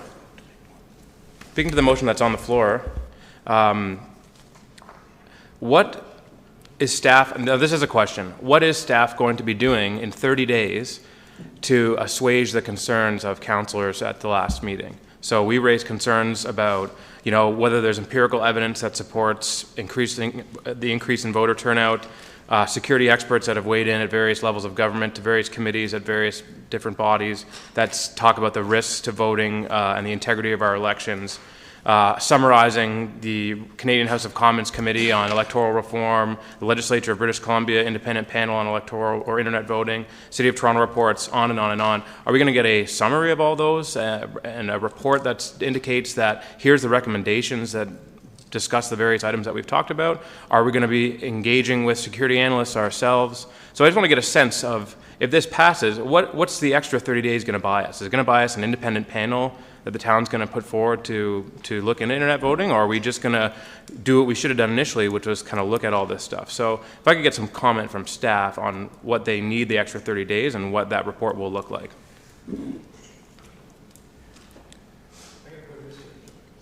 Pardon me. I'll go to Mr. Nader-Rosny, please. Through you, Mr. Mayor. Just to recap, the report that was presented, and unfortunately I wasn't here for that portion of the meeting, so I didn't hear the debate, but the report that was presented last week was the recommendation of the committee that council struck to give recommendations on this, among other things. The committee recommended internet-only voting, and that's why the recommendation was worded as it was. On page 8 of the report, there are two alternatives to the recommendation. If council decided not to go with internet only, which was the option, then there were two other options, which was tabulator only or hybrid, which would be a combination of both tabulators and allowing internet voting, presumably in advance polls.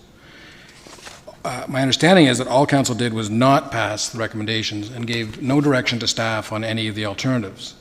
So the default then, with no action taken by council, no recommendation, no alternative accepted by council, that without doing anything, you would have been going back to paper ballots and manual counting. And so, not knowing exactly what council wanted to do and reflecting on the comments that were made, this was a mechanism to bring it back to council, because I don't think that the intent was that you wanted to go to paper ballots and manual counting. But you didn't clarify that at the last council meeting. So this extra report was put on to bring the subject back to the table. The 30-day window is simply to allow, you can go back to the recommendations and choose one of those if you don't want to go with the 30 days. But given that you didn't want to make a decision on any of the options last week, the 30 days allows more time for more information should you want to consider any one of the three options.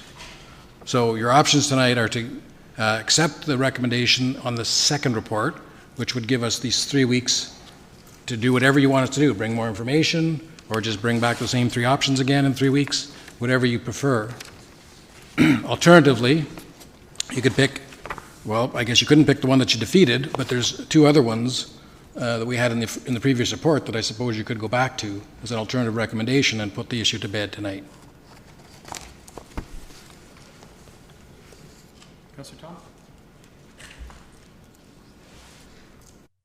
Thank you. I appreciate the recap. Again, my question is, the third clause of this, which is on the floor, is that the staff's going to bring forward further information regarding alternative methods. So I'd like to know what the structure of that's going to be and what type of information is going to be brought forward. The idea here is that with more information, the vote would change, might change. So I just would like to know how they're going to structure the report. Is it just going to be a staff report? Because our previous staff report didn't indicate any of these issues, didn't bring up any of these issues. So, you know, I'd just like to know if that can be answered. If not,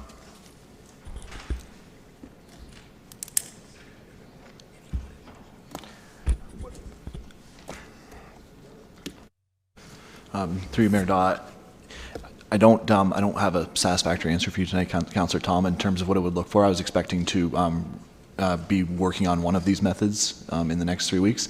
So in terms of what it would look like, how this is all going to mesh, I haven't really thought about it, to be completely honest with you. Councillor Tom? thank you, Mayor Daw. I'm against the motion on the floor. Your first time speaking. Through Mr. Mayor, Mr. Mayor, yes, we had a long, it's starting to turn out to the meeting, similar discussion as last week. From my perspective, I'd like to see some information come back. I think for me, the most important thing is to make voting easier, and I'm talking, for me, from my perspective, is for individuals who can't get to the voting polls as easy as you know, for accessibility issues, people that are, unfortunately can't leave their homes. So for me, if there's an easier way for individuals to participate in their right to vote, then I'd like to have more information on that. I do understand that there's over 92 other municipalities that have moved forward to electronic voting. 97. Haven't heard anything negative from that. Or positive at this point. It's brand new, but I do feel that for me, it's not a waste of staff time to come back to explore those opportunities, and I'd like the focus to be on electronic internet voting. I like that focus more than anything, so that I understand the security aspects of it and the benefit to the community. It does mention the report two-factor authentication, which is very tight security methods. From a user perspective, it's very standard in alleviating any risk, but obviously we'd want to know a little bit more about that and just to understand the experience of whatever system and software application we'll be using and their success in terms of any problems experience. But for me, I think it's well worth the investigation and to come back and focus on, internet voting or electronic voting. Thank you, Councillor Humphries. Councillors Maracas, Thompson, Abel, Kim, second time. Thank you, Mr. Chair. Actually, Councillor Humphries hit the nail on the head. Councillor Perry asked, what's the benefit? The benefit is for those voters with disabilities. To be able to overcome those barriers and exercise their constitutional right to vote in dignity. So that's the benefit. We strive under our strategic plan in every item that comes forward in our agenda. It says at the end, it says we look to improve and provide exceptional quality of life to our residents. Well, I think that's a benefit. And that's improving the quality of life for residents in our town. So that's why I think that this is important for us to move forward. It's not just about doing it because we're progressing and moving forward. It's about doing it to improve the quality of life for our residents. And that's what we're supposed to be doing here. So, I agree with Councillor Tom. Let's just vote on it now. I don't need to wait. But I don't mind waiting to give those that aren't comfortable fully to go ahead and do this.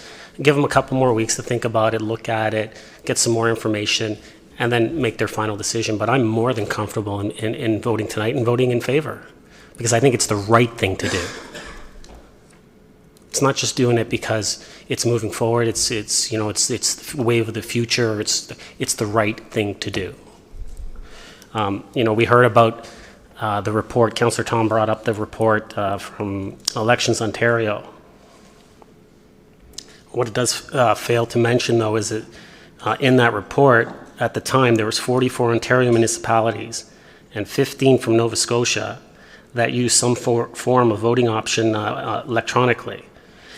Nowhere in that report does it speak about that there was that it was hacked that there was a that the election was invalid, that it was compromised. It doesn't speak to that anywhere in that report. You know, and it says it also states that not one of those 59 Canadian municipalities cannot safely be tested in an Ontario by-election. So they're not even, it's like they don't even mention it in the report. So they could go out and they could test it and they could look at these. They didn't even bother doing that. So they're just going on the fact that they don't want to do this. And once again, as we mentioned last week, Mr. Mayor, I know you mentioned it as well. You know, that information is from 2010. It's 2017 now. Things have improved dramatically. So, I mean, it's night and day. I don't even think you can compare that study to this one. So, you know, and then when you look at right now, Elections Ontario actually approves mail-in ballots. Mail-in ballots are actually, it says here, it uses the Elections Ontario uses security criteria, which it says telephone and internet voting cannot overcome, yet Elections Ontario does not insist on these criteria when it speaks to mail-in ballots. So why is it okay to have those risks for mail-in ballots? At the end of the day, there's risks involved in any which way we vote. If we sit here and wait until we get to 100%, we're going to be waiting longer to institute online voting compared to how long it's taken to do Library Square. So, like I said, I'm all in favor of moving forward. If that's the direction that we want to do, we want to get it done, let's get it done tonight, because it's the right thing to do for the quality of life for our residents.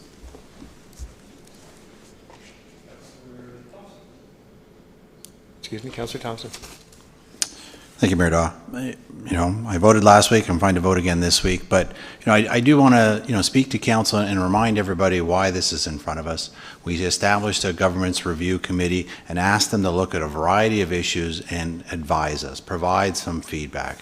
And so, you know, it's my understanding that, you know, they were given considerable information, there was considerable discussion, and they as a group came to this recommendation for council based on the information they provided us. Now, I don't think that all of the information they provided is contained in that 10-page report we received last week, so perhaps there is some value in getting some of the same information that the committee had. Perhaps that may answer some questions, it may not. I can't say without seeing the information, but on top of that, you know, we put some really experienced people on this committee, and I value their opinion. And so I think there's also benefit in hearing from the chair or maybe members of the committee in terms of what was the discussion. Because I'm pretty confident that within the confines of those committee meetings, they were raising the same questions that we are tonight with regards to security, regards to cost, regards to benefits, and yet somehow they came to that recommendation. So maybe it would be helpful for council to hear from the committee in terms of their discussions, their thoughts on these issues, because that may impact how some members of council choose to vote. By understanding why they came to that recommendation, you know, it may help us move forward from here, and that's valuable to me. And so that's why I'm okay with waiting the 30 days to get some of these information, because, you know, I think it's important to hear what the committee has to say.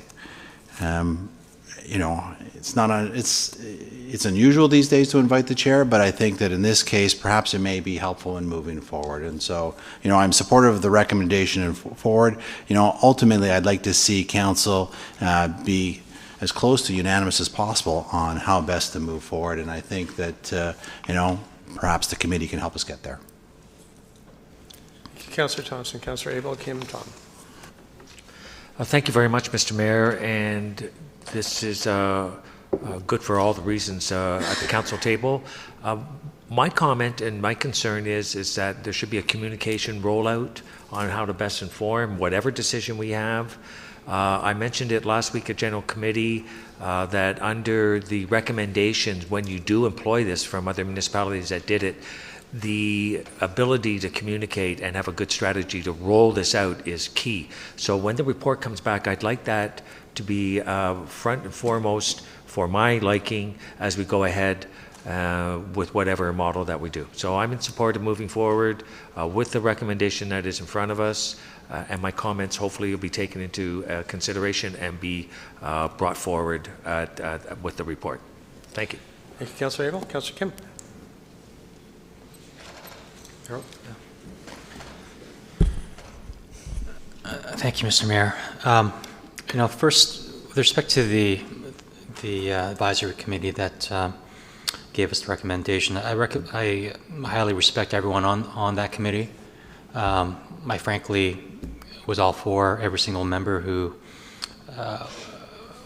was chosen, and but before that, I never thought things through until we were thinking things through prior to when the agenda came out.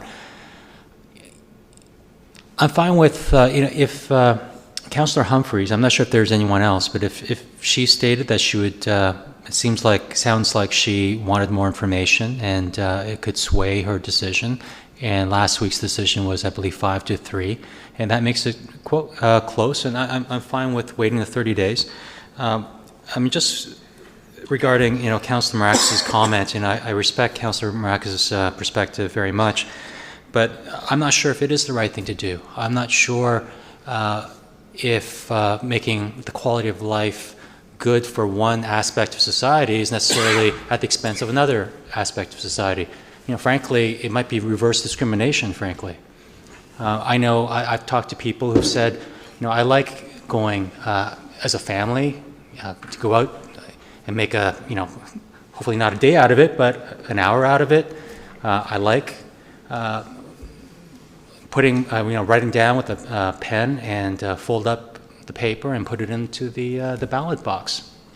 So for those, and it may not be half or the majority, but there's a significant amount of people who prefer that method, and so we're taking an option away from them so that another segment of the population can have more convenience and comfort, and I don't discount that. That's important.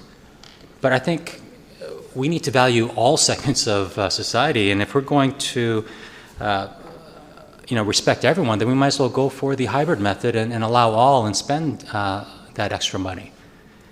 So I'm not sure if that's the best argument to have internet voting.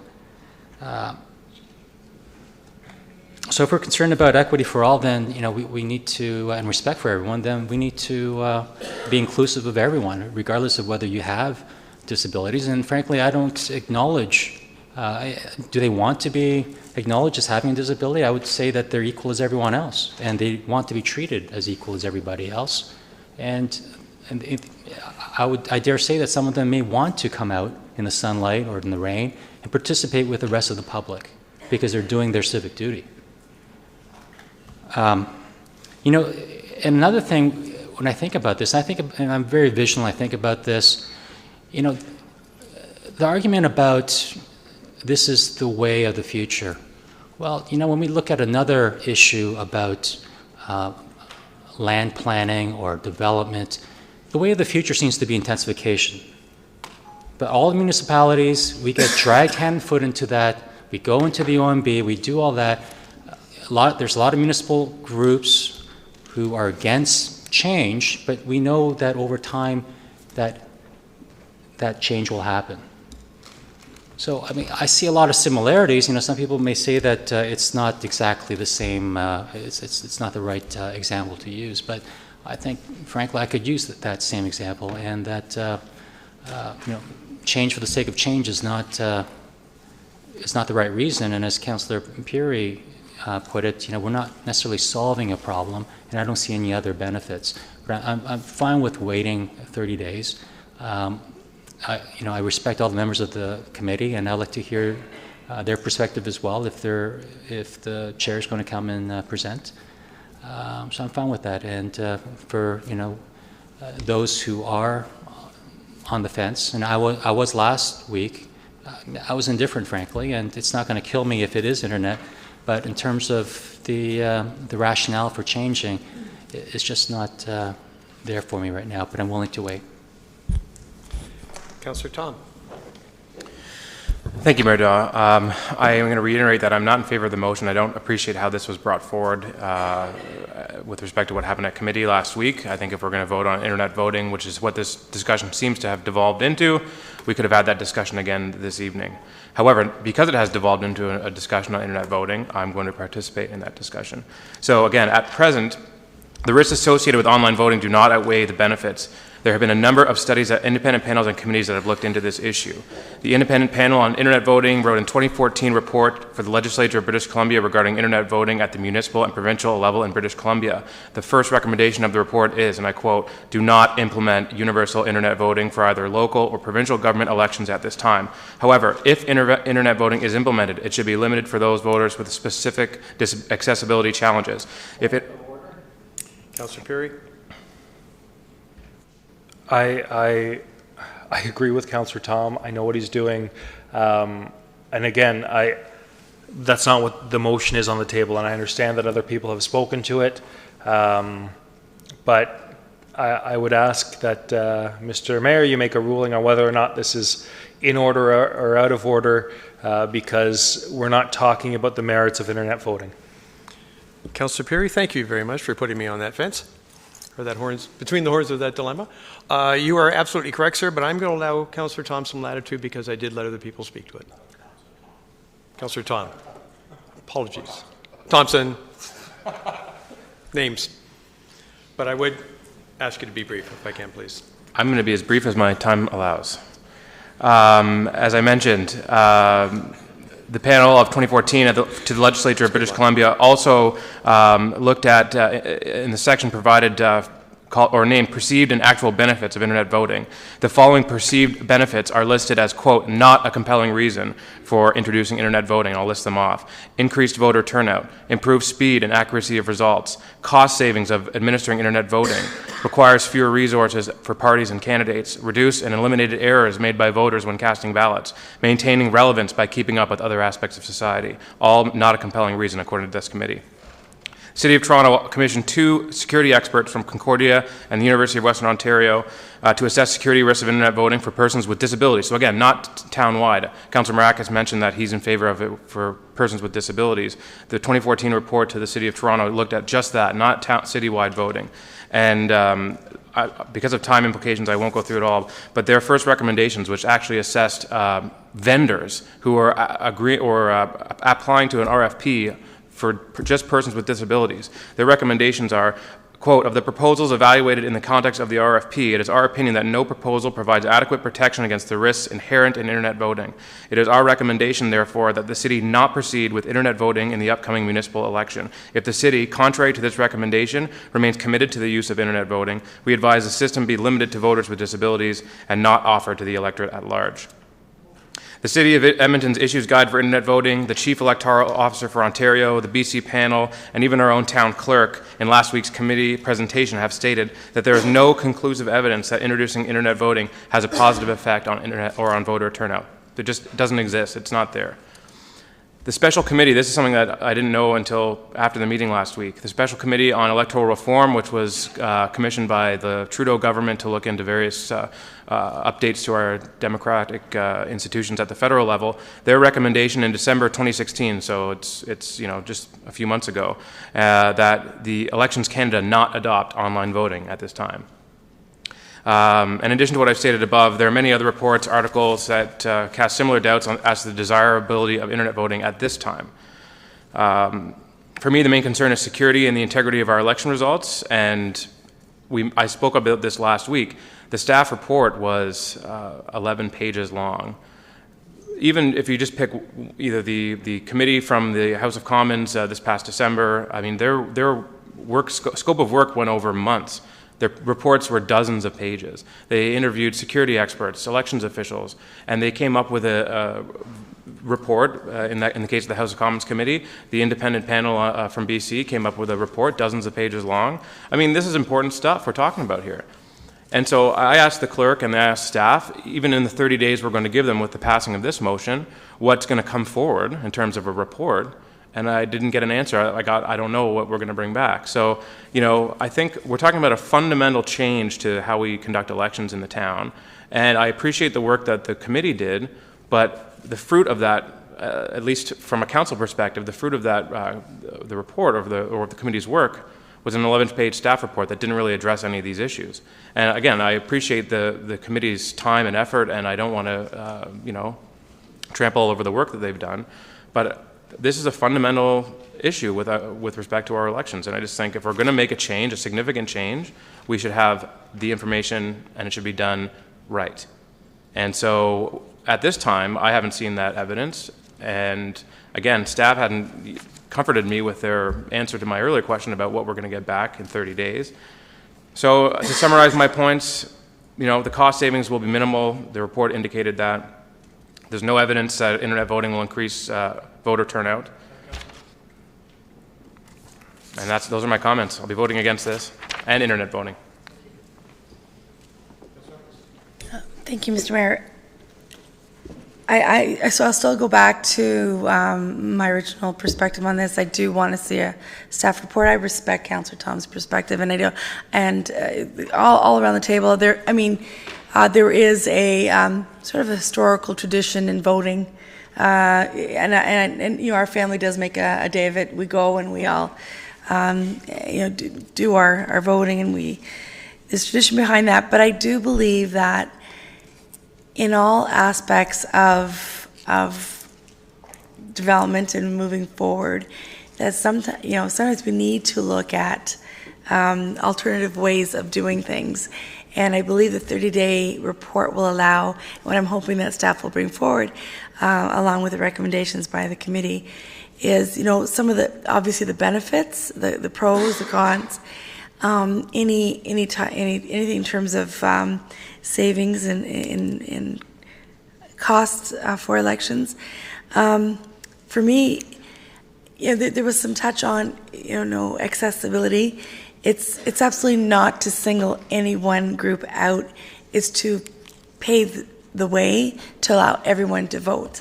And some people, and it's not just your typical, what you think of, it can be seniors that can't leave their bed or their room or whatever, and their family would love to help them with their tabulator in front of their iPad, and hey, Mom, here's how, what are you thinking? And it allows everyone to do their part and vote, which is a wonderful privilege that we have. So for me, I'm not afraid of the report. I want to see a report come back. Staff has heard the concerns around the table. So when the report is being developed, if you can come back with those concerns, and it sounds like security is a big one, risk, tampering of information, and I'd also like to understand clearly, the benefits. And again, there's many municipalities out there that have this already. I'm sure we can go back and find information and what they feel is positive. So from my perspective, I would like to move forward. I support what's on the table, and hopefully we can get through this in the next few minutes. Thank you, Mr. Mayor. I voted against this last week. I agree with what the gentlemen on the other side of the table have said. I thank Councillor Tom for his work. He's done a lot of work on this. My research was very simple. I wanted to know what they did in the state of California. California, to me, is a bellwether state. They're always ahead of the curve. And they use old-fashioned voting at all levels of government. I'm not opposed to hearing what staff will bring forward to us or what the committee may have considered in making their decision.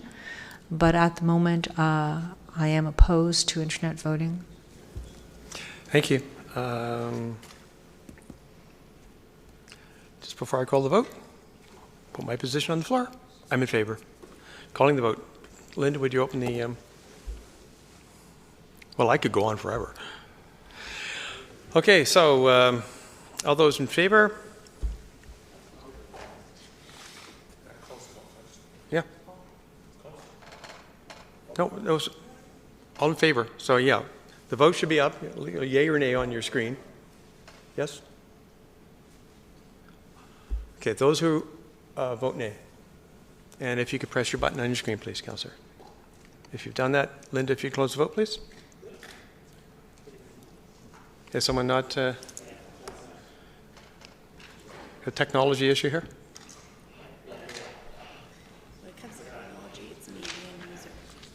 Thank you. We good, Linda? Okay, the motion carries. Thank you very much, committee, for coming out. We appreciate you coming out. We appreciate your time. We're taking a break now, Councillor.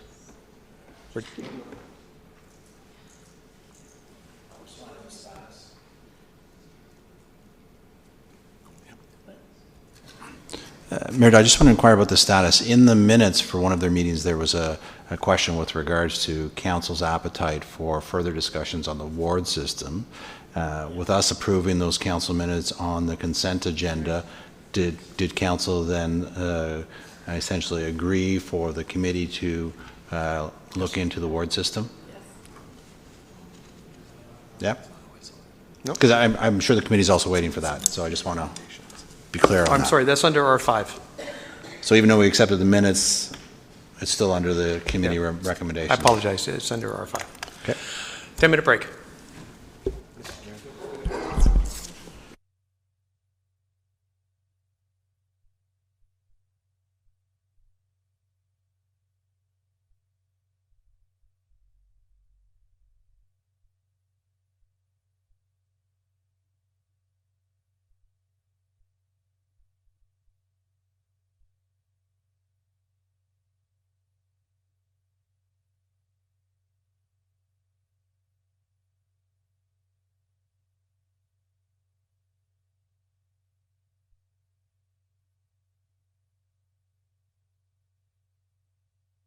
All right, Council.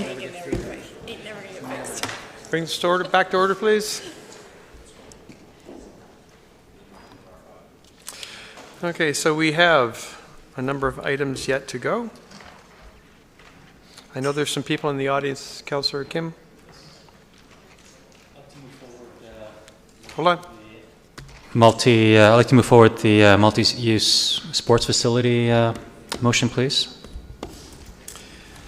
Okay, anything else someone wants to move forward? Councillor Abel? Mike? A member of the audience that would like to see R4 come forward. I patiently sat through last meeting and it wasn't there, so okay. Just so it doesn't get lost in the shuffle. There's someone here for R1 as well. And the committee recommendations, which would be R5.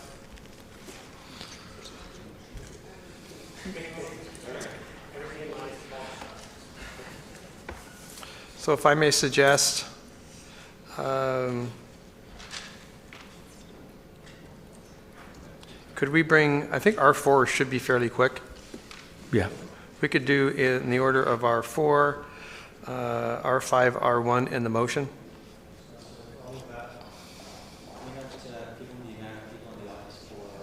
I'm just looking at how much time it's probably going to take, that's all. There's no such thing. Oxymoron. Oh, I'm still on. So my suggestion was, was R4, R5, R1 in the motion. Second, Councillor Maracas, thank you. All in favor? Contrary? That's carried, thank you. So we'll go to R4. Someone put the staff recommendation on the floor, please. Councillor Humphries, thank you. Councillor Perry, comments or questions, please? Removing of the H provision. Seeing none, Linda, would you open the vote, please?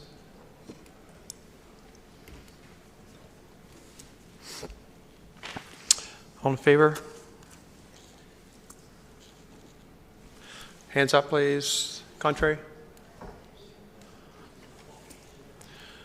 Okay. Linda, if you close the vote, please.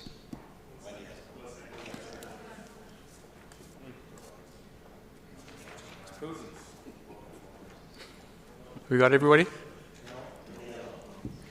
Councillor Kim, yours working?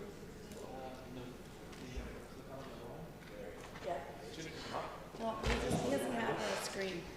The vote screen's not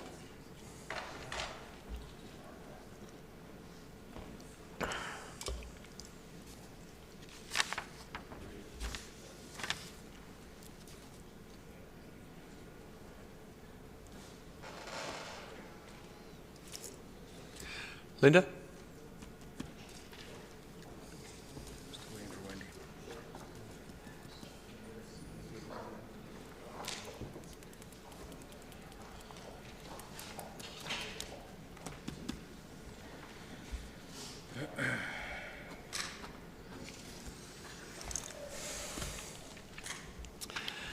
Thank you.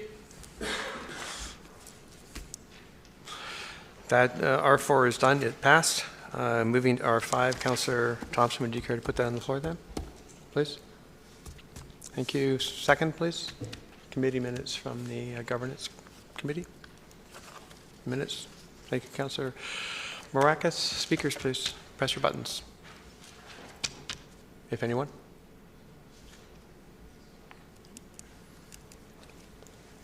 If there are no comments, then Linda, if you'd open the vote, please.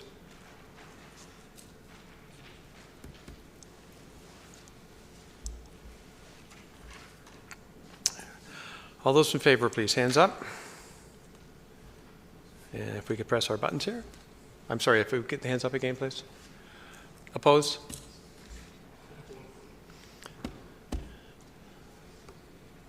Linda, close the vote, please. Oh, has someone not voted? Councillor Thompson? Not the working?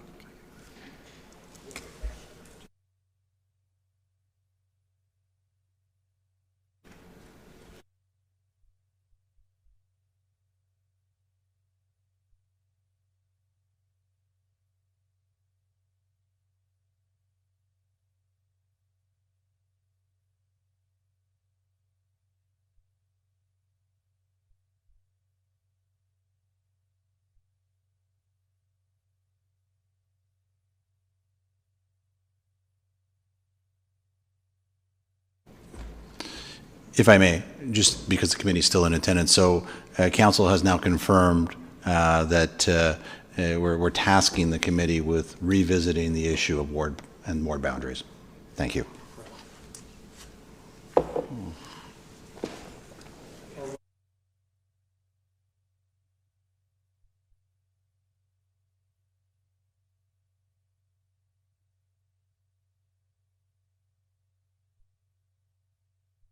I'm not on. Thank you. Councillor Humphrey, second, please. I'm sorry, second. Councillor Perry, apologies. Speakers, please. Seeing none. Linda, oh, sorry, Carol. Councillor Kim. I'm fine with the report. Actually, I'll put on the item on the floor. I'm sorry? Do I need to put the item on the floor? It's already moved and okay. seconded. Yeah. Well, I reckon that it was my motion that brought this report forward. I should probably say something. Yeah, I'm pleased with where we are. It's been a slow move forward, but given staffing challenges and how busy our CEO is, I'm fine with the recommendation. You know, the whole point of this report and my motion was to really look at the distribution policy, the partnering policies, just to see if we can have a more efficient and a productive structure in place, so that all the partners identified, now that we have identified them, choosing very objective variables. So I'm happy to be in favor of the report, and I look forward to the next one. Thank you. Councillors Thompson, Tom, Mabel, Humphreys. Thank you, Mayor Daw. You know, I support the recommendation in principle. I think that council could benefit from having more information about, you know, how we are going to engage with these partners and how we're going to build those relationships. Certainly, we've struggled with the cultural master plan. I know Councillor Abel often speaks to that, and that, you know, I think council needs some better policies or direction in terms of moving that forward.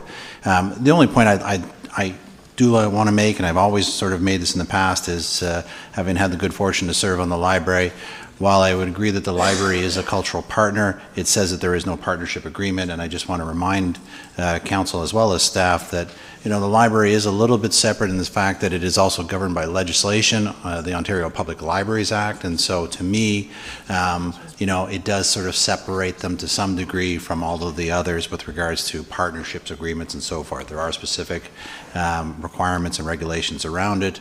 I guess if I was to, draw parallels, it's no different than, we look at our Committee of Adjustment. It's a committee, but yet, legislatively, we have to have it. A clerk is a staff position, but legislatively, we have to have it. So there are a little bit subtle differences, and so I just want to keep reminding that the library, while it says we don't have a partnership agreement, we do have a legislative requirement. Councillor Tom. Thank you, Mayor Daw. I appreciate Councillor Thompson's comments. My comment would be I'm fine with moving forward with this. What venue, apart from this evening, would council comments be appropriate to staff while they compile this report? Will we have an opportunity to look at this during a special workshop, or is it just providing council or comments to staff via email, whatever? So, this could be a comment or just I'm seeing head nods from the CAO. So, if council just emailing staff their recommendations or comments, I think that's fine. If there's going to be an official venue, just let me know. I'll go to Mr. Nader Rosny. To you, Mr. Chair, to kick this whole process off, my intention is to meet individually one-on-one with the principals involved, so I would certainly include council as an invitation to sit down and go through next steps and outcomes. Councillor Tom? Okay. Councillor Abel. Well, thank you very much, Mayor Daw. I just wanted to, on page 6 of the report, it says that the town and its cultural partners should investigate additional partnerships. So I think part of this report should recommend that if they're going to investigate additional partnerships, they should probably be at this workshop. So, Mr. Mayor, I don't know, do I put that into an amendment? They are identified. I will. I'll go to Mr. Nader Rosny for a comment on that. Through you, Mr. Chair, the intent of the workshop is to speak specifically to, I thought at least, to speak to the funding arrangements that council already has with existing groups. This portion refers to a possibility of going out and finding other sources of funding to supplement the town's direct funding as well as the other groups' fundraising activities. So it's sort of an extension to see if there's opportunity. So while there probably is merit for all of those people to meet together at some point, I wouldn't want to bring them in too soon when we're trying to figure out the basis of a stronger partnership at the community level first. Councillor? I'm having a little difficulty understanding the difference. So are you saying that like the cultural center and the library are partners that we fund, and that's why they're in this group? But I don't see the Bridge Club, the Potter's Guide, and the Society of York Region Artists. They are not cultural. And Theatre Aurora, I'm just failing to understand your response there, Mr. CAO. The difference between what I identified as additional partners and you saying that they aren't eligible under a criteria. So could you explain that criteria again so I'm clear? Thank you. Mr. CAO. Through you, Mr. Mayor. The Table 1, the existing cultural partners, is our survey of partners that receive some kind of financial or other support from council directly to the group. Whereas the groups identified under that section, investigating additional partnerships, that is to get more funds to contribute to that partnership pool. So one is the people you're already funding as a town. The other group that you referred to are groups that could also provide other funding for that mix of cultural partners in the town. Councillor? Perhaps it's just the title of this arrangement that we have. It probably should say something along the lines that we fund or have or support, because the idea that existing cultural partners would exclude other opportunities with other organizations. So my comment would be maybe we could establish that difference right away. my comment is I'm very pleased to see that Central Counties Tourism and the York Region of Arts Council are mentioned as possible partners, because they do present opportunities for us. We did have a sport tourism workshop about 2 years ago where we invited a number of stakeholders, and the Central Counties Tourism actually hosted and oversaw part of that workshop with their with what they're doing, so they relate to everyone about the value of tourism, et cetera, et cetera. Also, Central Counties Tourism holds workshops that myself I do attend. Councillor Thompson pointed out and asked when I paid $68. But the last one that I went to, we had 2 town staff in attendance there as well. And that was just about 3 weeks ago. So there's great value in working with them. And they do have the Canada 150 Festival Trail for this year, celebrating Canada. I think I brought that, that was brought up by the Canada 150 Ad Hoc Committee, that they recommended that we partner with the Music Aurora for that event. So there is some great synergies going forward in partnering and creating events that create economic value and development. And so I like that part of what the report is talking about, but I do understand that this is, and the notice of motion was pertaining to the partners that we support and fund. So there is a difference. So perhaps we could explore how we could move forward. I'm pretty sure it's in our cultural master plan and strategic plan and tourism plan. So it's a start. Thank you very much. Councillor Humphreys. Thank you, Mr. Mayor. What I really appreciate about this report is that, as it's been mentioned, that the cultural master plan that we have, we can identify linkages to all these partners and perhaps identify any gaps that may be missing that we need to deliver on the cultural master plan, and develop even further partnerships in delivering those services.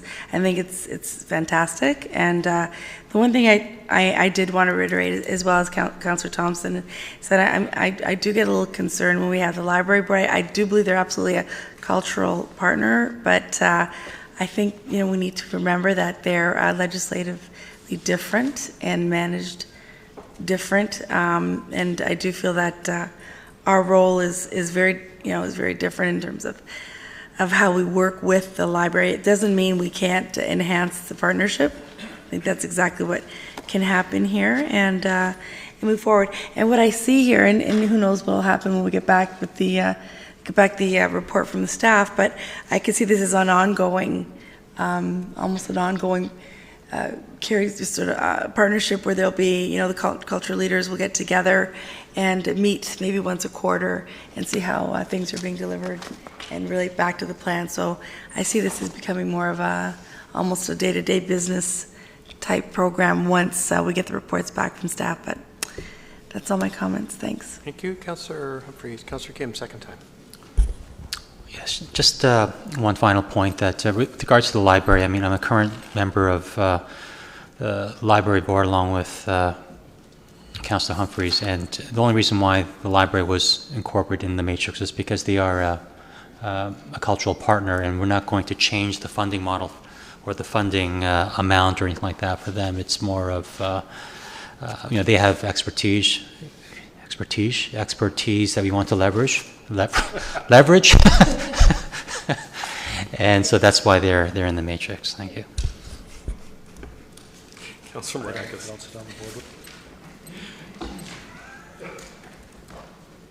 Councillor Maragos. No, actually, I'm okay. Thank you. Okay. Linda, you open the vote, please.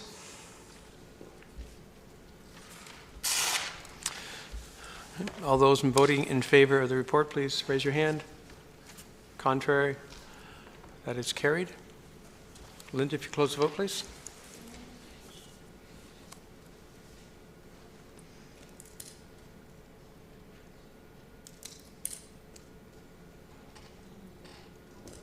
We got everybody?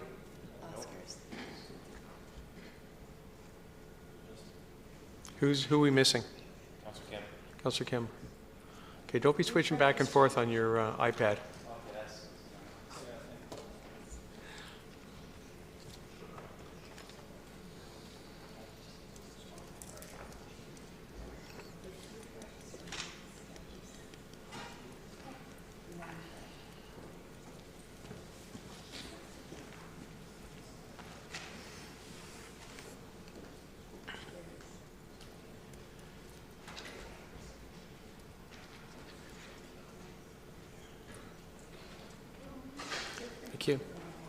We're good?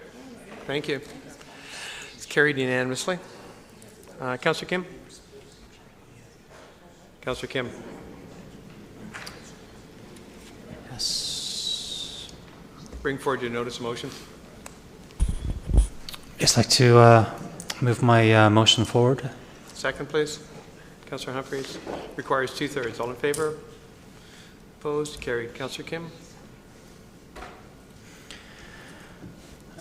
Thank you, Mr. Mayor. Just bring this up. Motion, please. I'd like to move my motion forward as is, please. Thank you very much. Second, Councillor Abel. The floor is yours, Councillor Kim.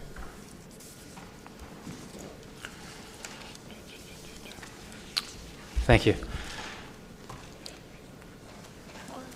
I guess I can start by saying that last year when we were talking about the Parks and Rec master plan, we were looking, Mr. Downey was talking about service levels, our population growth levels, and we dissected in terms of the type of activities, sports, as well as the facility needs. And we ended off, if my memory serves me correctly, is that we would look into, and the staff would come back with a report talking about expanding the footprint of the Stronach Aurora Rec Center, the SARC. However, that would not include whether it be an Olympic-sized pool or an aquatic facility, because the footprint wasn't large enough. And we didn't get to the next step in terms of moving forward with a multi-use sports facility. It was more of expanding the footprint. And since that time, having using the SARC and the Family Leisure Complex on a regular basis with my kids, and just seeing the growth in the user base over the last couple of years, it just made me more aware that we do need another facility, especially in the aquatics area. When I'm in the pool, you can't really do any laps or anything like that. You just jump around, and and I can't even get into the wading pool either because there's so many kids. I shouldn't be in there to begin with, I guess. But and so essentially, I guess what I'm getting at is there is a need for more facilities. I think we do need an aquatic facility, and just looking at and discussing with our sports partners, and talking to Mr. Ramuno about verifying just some of the growth projections in town. We want to be ahead of the curve and make sure that the services are in place when the need is there, not just when we actually need it now. Otherwise, it's too late. And so, given that we have a hotel that's going to be built shortly, and all the other things that are happening in the next 4 to 5 years, I think it'd be a good time to light a match under this and move this forward. Have staff come back with a report in terms of location, even a draft design, as well as a budget commitment for the 2018 budget year. Because if we miss this budget, then you're looking at 2019, and you got the election, and that's going to be moved to 2020. And I think by that time, the bus is going to have sailed in terms of trying to provide the services at the right time. And so, for those reasons, I wanted to push this forward now and ask staff to come back with all those things and incorporate it into the budget and bring it back to the Finance Advisory Committee. The committee will review it and then move it forward to GC, hopefully. Thank you, Councillors Thompson, Abel, and Gartner. Thank you, Peter. I'm in support of the motion. I just want to get some clarification. Recently we had Mr. Chappell come to council as well as Parks and Rec and talk about, moving forward a multi-use facility. And so through you to Mr. Downey, in terms of what was passed previously and what we have before us, is there enough of a difference that you understand the direction, or do you see a little bit of duplication? Mr. Downey, please. Through you, Mr. Mayor, a little bit of both. To be fair, it's a little bit of both. This motion certainly reaffirms Council or Parks and Recreation and Cultural's recommendation to Council that we move forward with a multi-purpose facility, but that's pretty well where it has stopped as far as the recommendation came forward and was approved by Council. This motion now gives us a time frame and accelerates that process, in that this certainly then identifies Council's desire, if approved, to have this as part of the 2018 budget. Didn't know whether or not that was going to be possible or not, but certainly if this is approved by Council, then we will work as diligently as possible in order to make sure that occurs. Certainly we need to then get in room with our community partners and talk about their needs and make sure that we accelerate those conversations so that we are here in time for you to have a deliberation for the 2018 capital budget. Councillor?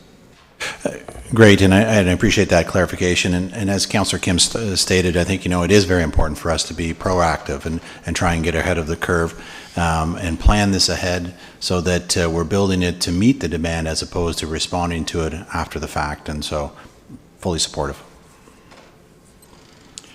Councillor Abe? Thank you, Mr. Mayor. And I want to support this. I want to emphasize I'm very much in support of this. I believe it's important that we work with our partners, and working with our seniors. Sport Aurora, which are here, are invaluable in providing what they see as what we need. It's so important when we plan that we don't do something we shouldn't and waste resources otherwise. So I applaud Councillor Kim for bringing this forward. I think it's also important that we put something in a plan so that when this term ends, we've got an approved plan with community buy-in. And that's important when we take on something the scope of a multi-purpose sporting facility. I already know that Sport Aurora is engaged in accessibility for this. They've engaged in the seniors. So it is a valuable tool to move forward on this, as well as our recommendations through our master plan. So I'm really looking forward to seeing something come before us, what we sort of need, the scope, how many square feet, what it would sort of look like. There's still getting the land and getting the design and then getting the funding. But you have to have the vision and the plan going forward and getting that buy-in. And that's why this is so key. It takes it from the master plan and it's actually putting it forward for something for the community to see. So I'll be in full support. Thank you. Councillor Gardner. Thank you. I'm also in support of this. I just wanted to ask through you to Mr. Elliott, how much money do we have set aside for this? How is our reserve fund looking? And what about Mr. Downey then? And what are we hoping to get in the next DC bylaw update to go towards a facility like this? Mr. Downey. Yeah, I know. Thanks, Dan.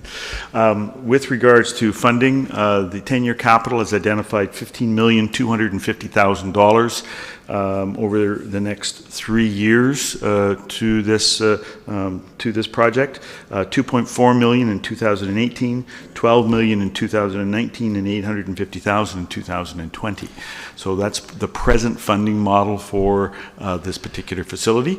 With regards to the second part of the question, it's a little too early to determine how much money we'd be able to collect in a future DC, and that would only be realized when we actually approve the bylaw, and then we can do some calculations based on that.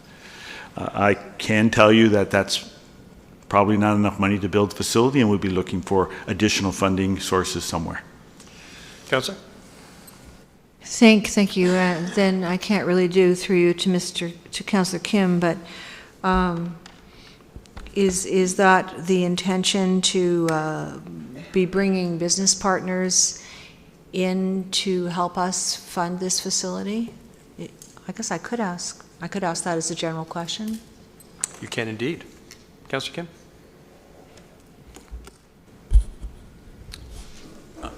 I was aware that in terms of the DC, excuse me, that there would be insufficient DCs to fund this whole construction. So whether it be through partnership with private corporations or individuals or other internal reserves, they're all on the table as far as I'm concerned. But I think that those types of questions, I think we could sort out at FAC. And when we have a more concrete draft with some numbers and sources of funding before us, then we can have more of an adequate discussion at that time. But all three options, public, internal, DCs, are all on the table. Councillor Gardner. Thank you. I'm glad to hear that because we will pretty much be at build out, if not at 2020, perhaps before. So it is going to be a problem is how to fund this best for our community. And I know that Aurora has a pretty high, well, higher than average service level at the moment, or according to the consultant's report. I don't know, that was a few years ago perhaps, so perhaps not a higher than average at the moment, but it's going to be a difficult exercise to put all the puzzle pieces together and hopefully support all of our various sports group. So I'm looking forward to seeing that report. Councillor Marakis, please. Thank you, Mr. Chair. Yeah, I'm in support of this. I was in support when we talked about this at the Parks and Rec Committee. We had this discussion. It unanimously passed to have staff look at it. I actually have the staff. We actually passed staff to be directed to investigate the current and future needs for facility development in the town and report back to Parks and Recreation and Cultural Services Advisory Committee. And we were all in favor at that time. So I'm all for this, and I think a lot of the discussion and questions that we might have tonight, we'll be able to get answers, and we can have those discussions at the budget when the report does come back. There's just one thing I'd just like to add to this, and I don't know if it would be a friendly amendment. I'll ask Councillor Kim. I wouldn't mind seeing this report not only be presented to the Finance Advisory Committee, I'd like to see it actually go to the Parks and Rec Committee as well, because I think that they have a good handle on the discussions and what we need, so I would like to see it there as well. If I don't know if that would be a friendly amendment, if Councillor Kim's fine with that, to just add that in. The seconder, Councillor Abel? Sure. Yep. And so we can just vote on that, and then I'll just continue. Oh, it's a friendly amendment? We're not voting on it? Okay. So as I said, I'm in favor of this, and I'm looking forward to seeing the report at the 2018 budget, and we can have those conversations on how we're going to move forward. Councillor Tom. Thank you, Mayor Daw. And some of my questions have been asked of staff already. I'm in favor of getting a report back. Appreciate this coming forward. My one question, though, is, I almost said Councillor Downey. Mr. Downey, you mentioned that the bulk of the funds for this has been earmarked for the 2019 portion of the 10-year capital plan. Does this, the time restraints for 2018 budget, did that give you enough time to prepare such a report that's being asked for? Are you confident in the timelines we're giving you in the direction on the screen, or does bringing it forward to that kind of curtail the amount of consultation you'll be able to do with members of the community? If you could comment on the timelines, that would be great. Mr. Downey, please. Through you, Mr. Mayor, I'll admit it's a tight time frame. So it is going to be an exercise for sure. I'm hoping it's going to be successful. I'll certainly communicate to council if we're running into any issues that might delay this, but it is, I believe, doable, depending on how quickly we can get information back from our community partners and how good that information is. It is my hope that I am going to be able to make this. As I say, I will be reporting back to council if I'm not, but I feel pretty comfortable at this point. Councillor Tom. Thank you, Mr. Downey. Again, I'm in favor of moving forward.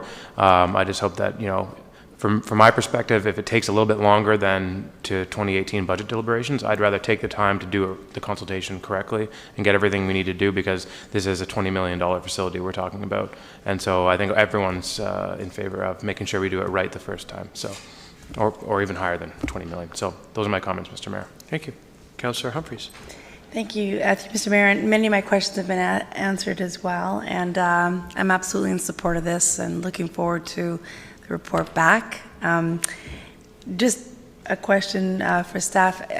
I know this is a motion. You're just looking at it for the first time and getting direction. Was there any discussion in terms of an indoor-outdoor type facility, a covered type of facility, when there were some discussions on this? And during Parks and Rec meeting, I don't know if I can ask you, Mr. Mayor, to Mr. Downey, if there's any discussion about that. So, Mr. Mayor, we've had no discussions with regards to facility fit or what we think should or should not be in this particular facility. So everything is on the table at this point. And there needs to be some justification for keeping it on the table as far as we're concerned. But that's part of this process. So we're willing to look at anything. If there are any suggestions from members of council, we'd be happy to entertain them and do some research. Councillor? Thank you. Councillor Perry. Thank you, Mr. Mayor. I would just point out that if anybody is concerned about the cost of this project, we will be dealing with C1 R8 shortly, and it could provide us a nice swing in capital to help fund this project.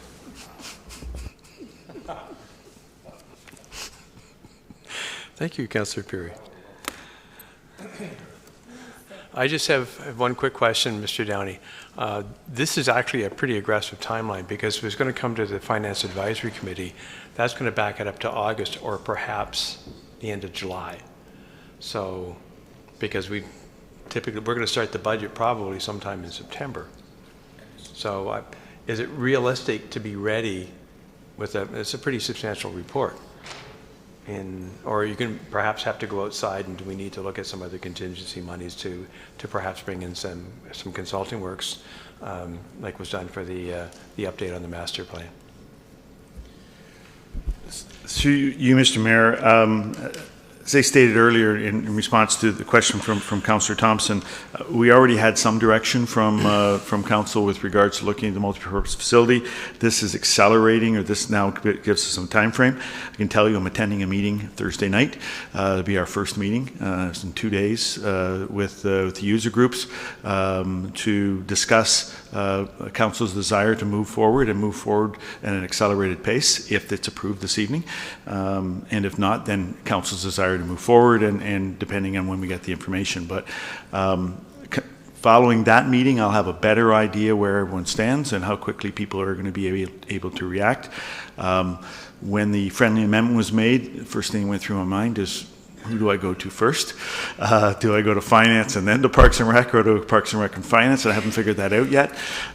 So that is certainly have to be something in the equation that I have to figure out. But I realize it's an aggressive time frame, and I will repeat, if I'm not able, or I don't feel that we are going to be able to be successful and get sufficient information, I will ask for an extension, or at least some consideration of bringing this a little bit later into the budget process. But I am aware of Council's present timetable for budget. Thank you, Mr. Downey. Linda, if you'd open up the vote, please. Pardon?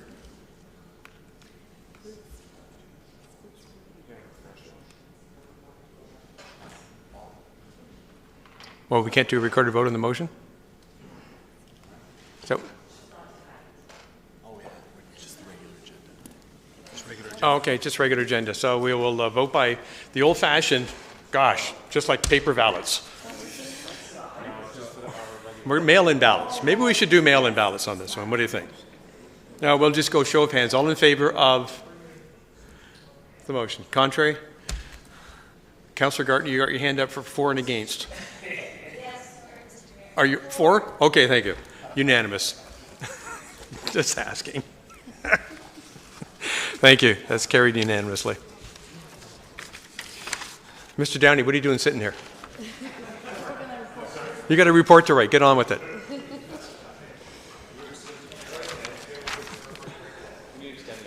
Good. Not till 10:30.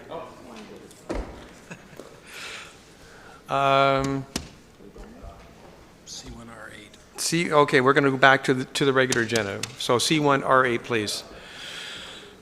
If someone would care to put that on the floor. Councillor Kim, your name is on the list there for some reason. Thank you. It's no longer on the list. Would someone please put C1R8 on the floor, Mavernack Park? Councillor Humphreys, Councillor Kim, thank you. This was just requested to move to the regular agenda for a recorded vote. So I would really rather not get into a roundabout discussion on Mavernack Park. Councillor Abel? Councillor Abel?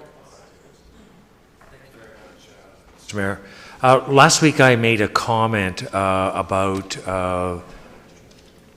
the high increase, and I had suggested that the timing of the bid was the reason why the price was inflated.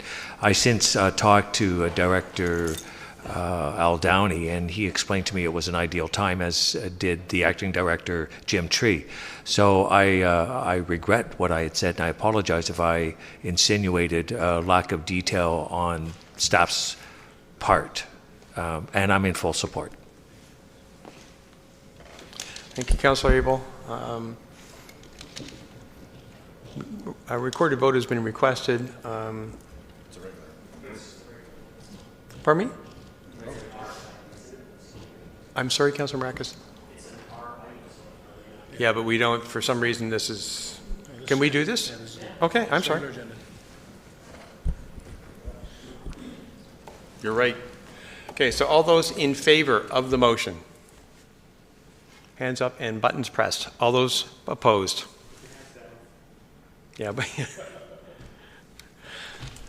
I believe the motion carries 7-2. Thank you.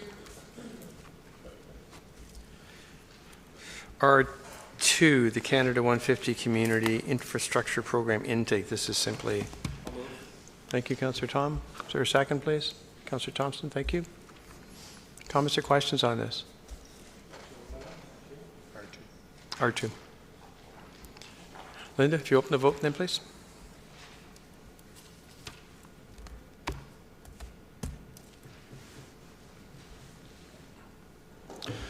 All those in favor, please. Hands up. Contrary? That carries. Thank you very much. Close the vote, Linda. Oh, wait, we haven't got everybody?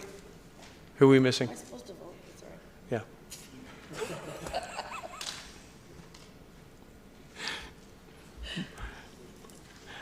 We're closed. Thank you, Linda. That was R2, R7. R3. I'm sorry, R3. Oh, right, ice allocation policy. Pardon me. I thought that was ticked off. Councillor Thompson, thank you. Councillor Maracus. Speakers to the motion, please. Councillor Abel. Thank you very much, Mr. Mayor. I'm pleased to see that we've gone to get the ice allocation, because we've had some of our stakeholders come forward with concerns that their needs weren't being met. And so there's a bit of a juggling act, and there's also growth and demand from groups. So I wanted to just say that I support the recommendations, and appreciate staff engaging and finding a solution on this. Thank you. Councillor Kim, Councillor Thompson. Yes, thank you. I just wanted to say thank you to staff on this. I thought this was going to be a challenge, but to hear and read that all stakeholders and user groups were in agreement, and the Men's League, got their times. I'm very ecstatic about that. So thank you. Thank you, Councillor Thompson, Councillor Gardner.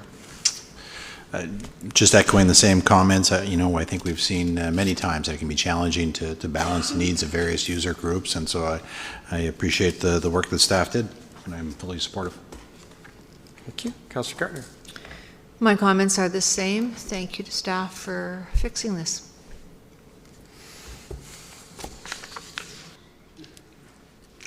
Linda, open the vote, please. All those in favor? Opposed? Councillor Humphreys, you have your hand up for both. Okay, put your damn phone away. Close, Linda. Thank you.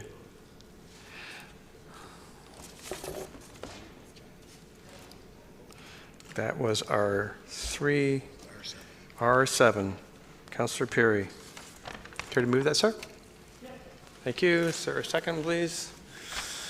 Councillor Kim, thank you. Councillor Peary? So I passed a brief presentation over to the clerk's department, so I'll just wait for them to pull that up.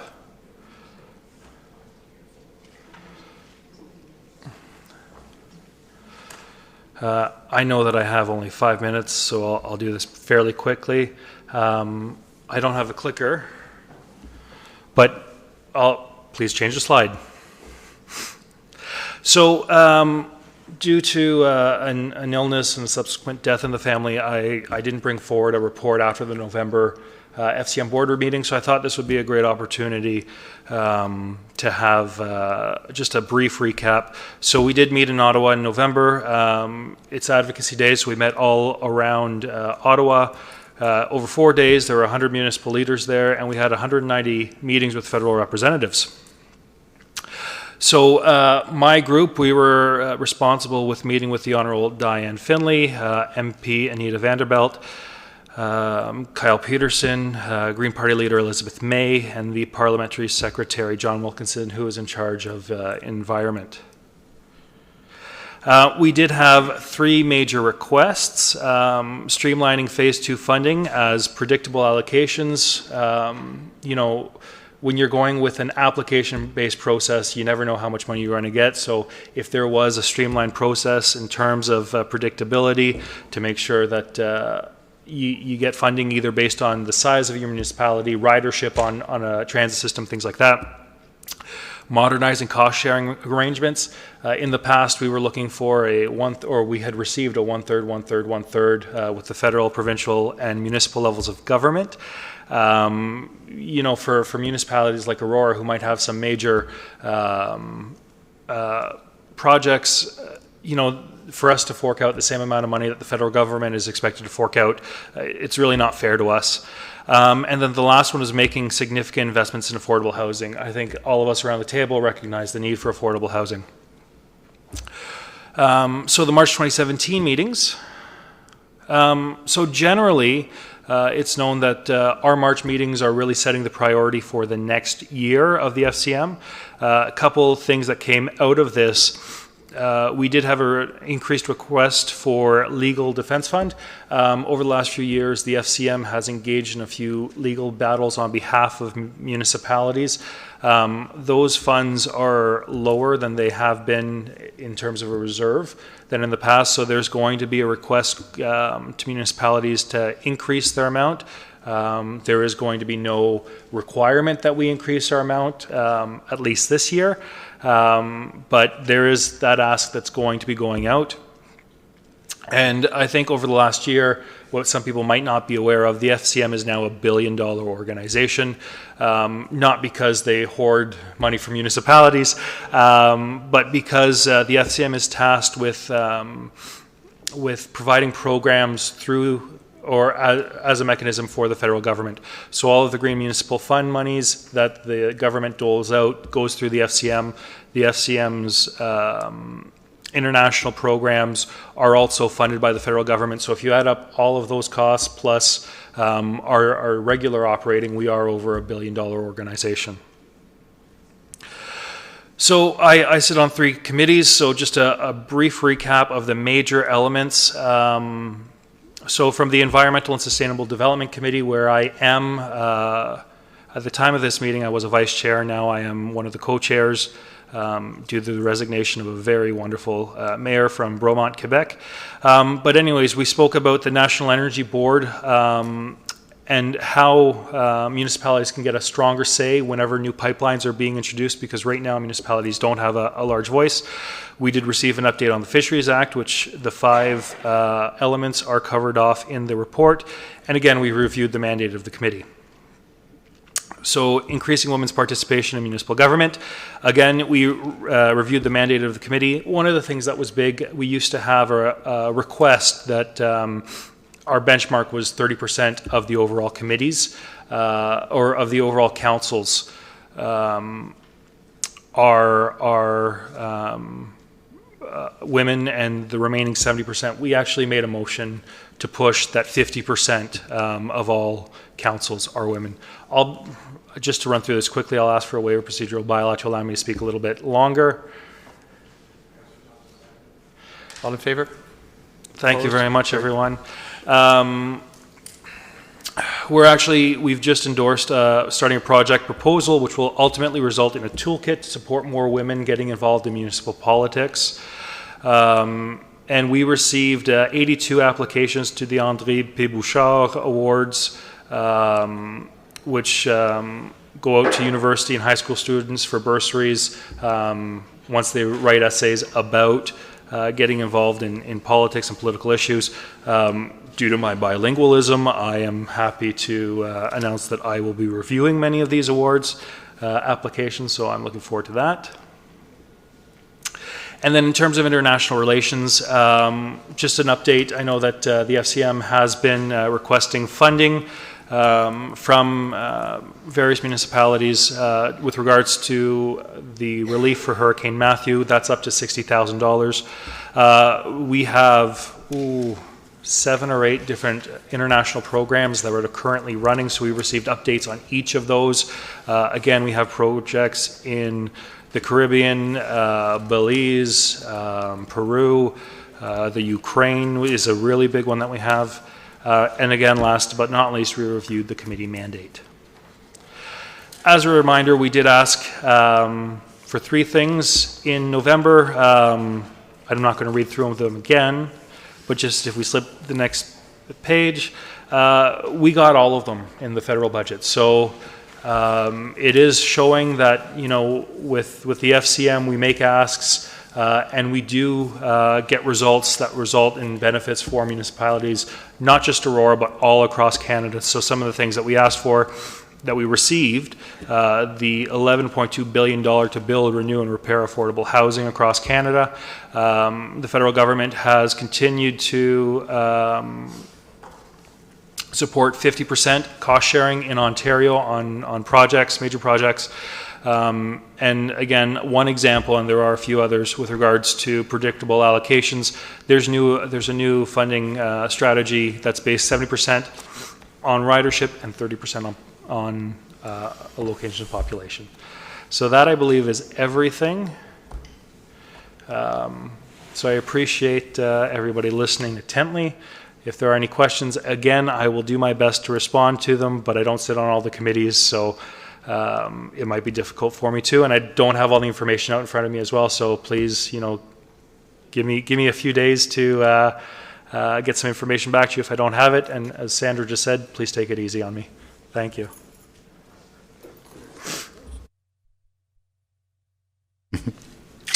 First off, thank you, Councillor Perry, for the update, and also thank you for all the work you do on FCM. You know, having had the opportunity to go to the conference, you know, I'm well aware of the work that FCM does, and there's obviously a multitude of people across the country that participate in these committees and chair them, and so you know, it's certainly a great service you provide. Also, congratulations on co-chairing the Environmental Committee. You did also mention the Green Municipal Fund, and so I'd be remiss if I didn't ask you, is there any relationship between co-chairing the committee and the Green Municipal Fund in terms of perhaps improving our odds? Councillor Perry. I would probably state that I wouldn't use my position of influence to help the town of Aurora. I think it would probably degrade both organizations. But thank you for that question. Councillor, you good? Councillor Marcus. Thank you, Mr. Chair. Through you to Councillor Perry. I'll echo the statement. I thank you for all the work that you do at FCM. We really appreciate it. I just got one quick question as far as the environmental committee. Has there been any talk as far as the water and private businesses and how much they pay in taking the water supply and selling it? Has there been any talk about that aspect? Councillor Perry? Yes, there has. I don't believe there was anything brought up at the last CUP. Maybe there was something in November, but I don't think anything in March about that, because we were sort of wrapping up and dealing with our new initiatives over the next year. Councillor Marcus? Thank you. Councillor Gardner?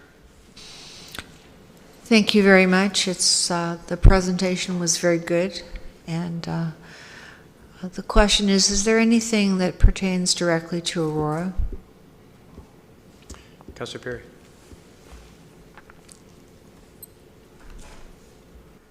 So in terms of directly pertaining to Aurora, I think the budget request that we asked for and the results that we got out of it, I think do pertain to Aurora. You know, in the past, when we had to contribute a third of the cost to a major infrastructure project when we go through the federal government, now having to contribute 50, or having the federal government contribute 50%, we've asked that the provincial government continue with their third. They haven't at this point in time, but that's something that I know AMO is pushing hard for as well. So there are things sprinkled about. I'm happy to follow up with you on that a little bit further. Councillor? Thank you. I mean, it was a good report, and you've done a great job. FCM has done a great job. It's always nice to know if there's anything that we can expect locally without you compromising yourself. Councillor Humphreys-Abel.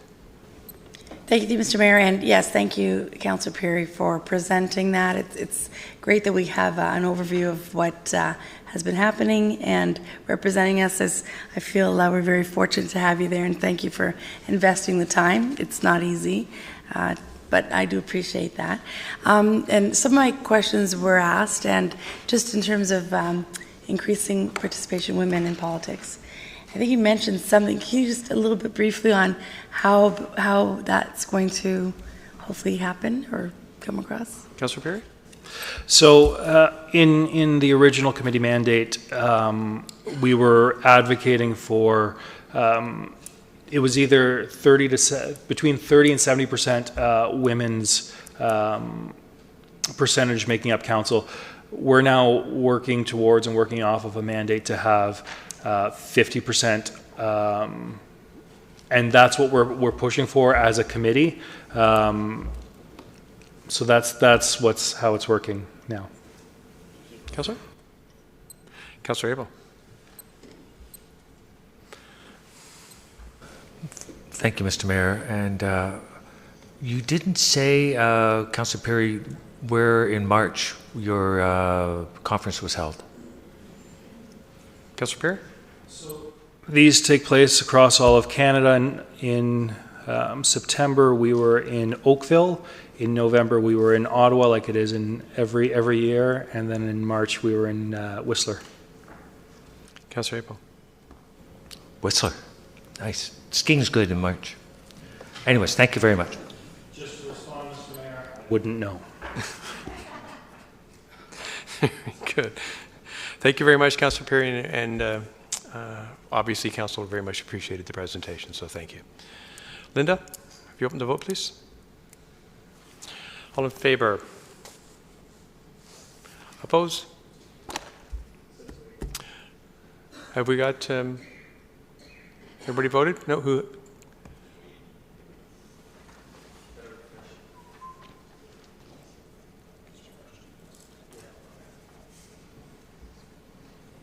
We got everybody? Linda?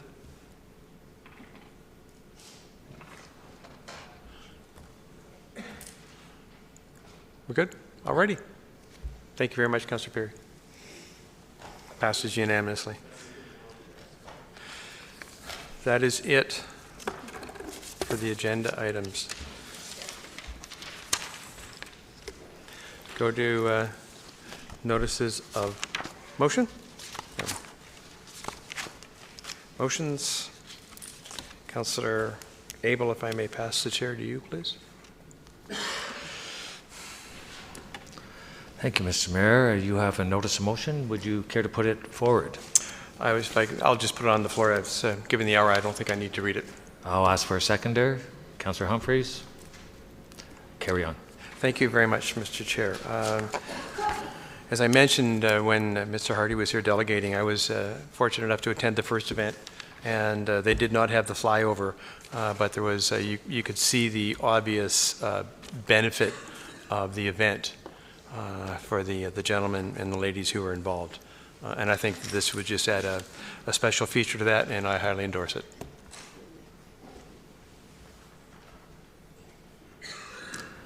I see no one else pending, so I'll call for a vote. Linda, if you could load it up. Oh, this is a show of hands. All those in favor? Opposed? That carries. Mr. Mayor, I'll pass the chair back to you. Thank you very much. Thank you, Council. Councillor Abel, community energy plan. You're on. Thank you, Mr. Mayor. I'll move it as is. Thank you. Is there a second, please? Councillor Thompson, thank you.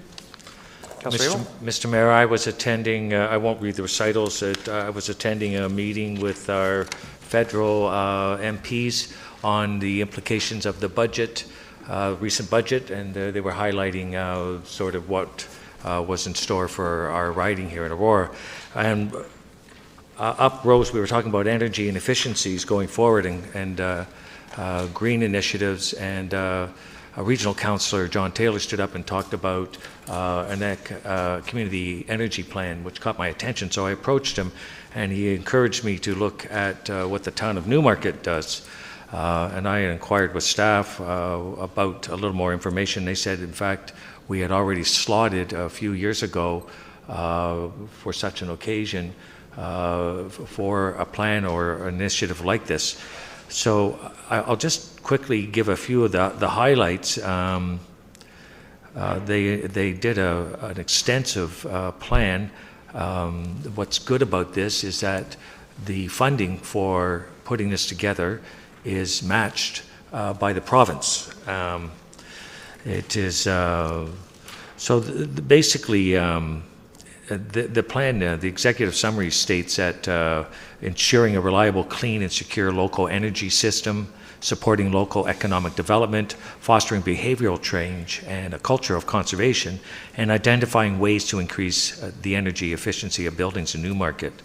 And Newmarket was one of the first municipalities to receive Ministry of Energy funding. So their plan costs $180,000. Gives you an idea of the scope and how it was put together, this plan. So it's basically to create a sustainable community whose energy future is efficient, secure, reliable, and environmentally responsible. And I'll just highlight a couple of the other areas how they do it. It's through energy generation and distribution, economic development, behavioral change and education, energy efficiency of buildings, and land use growth planning, transportation efficiency. So it's a wide scope. Their targets they set to do by 2031, and that's a magic number because that's a growth number we do with our province, is to reduce per capita primary energy use by 40%. So that's a good target, and to reduce per capita greenhouse gas emissions by 40%. And using 2013 as a baseline. So what they do is they get a baseline, and we received our partners, I forget their name, they're in Shepherd's Bush.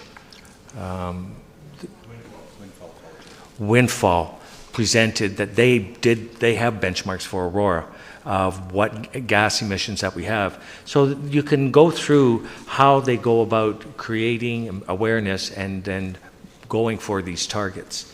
And so It's a progressive way of doing it. Other municipalities, Markham has done it. They have received a partnering grant. So the bottom line is that we've already budgeted $100,000 and we do this with the province, we'll be able to get it matched and do a comprehensive plan basically within the same budget with absolutely no impact on our tax base right now. And I thought it would be time to call that to the attention of staff and go about preparing such a plan called a community energy plan. Thank you, Councillor Abel. I've got Councillors Marakis and Thompson. Thank you, Mr. Chair. I'm all for looking at ways that we can become more energy efficient within the town. We have many discussions. I sit on the environmental committee with Councillor Perry, and we have a great group there of committee members, do a lot of hard work, so I'm sure that they would love to get their hands on this. I just, through you, I'm not sure which staff member would be able to answer this, but we have a corporate energy management plan, and I'm just wondering, how does this differ from that? We did that in 2014, and so I'm just wondering how it differs. And I'm not sure who can answer that for me. Mr. Ramuno. Through you, Mr. Mayor. Correct, we do have a corporate energy plan. I was a little more familiar with it, but I'll need to get a bit more, I'll need to get back up to speed with it. I think an energy plan, as Councillor Abel is speaking to, is obviously a broader scale, a lot more detailed and complex, but moving forward, we can certainly report back on the differences and where our corporate energy plan will fit into a larger energy plan. Councillor? Thank you. Yeah, so, I mean, like I said, I think it's great. I just think that maybe possibly the committee could take this and then enhance it to what we're looking at in front of us as far as a community energy plan. I mean, because I see a lot of similarities, and so I think that there's a way, like as I said, to enhance it, because when I read our corporate energy management plan, it speaks to some of those aspects. As the town's vision for energy management is to establish a culture of energy conservation while contributing to a global reduction of greenhouse gas emissions.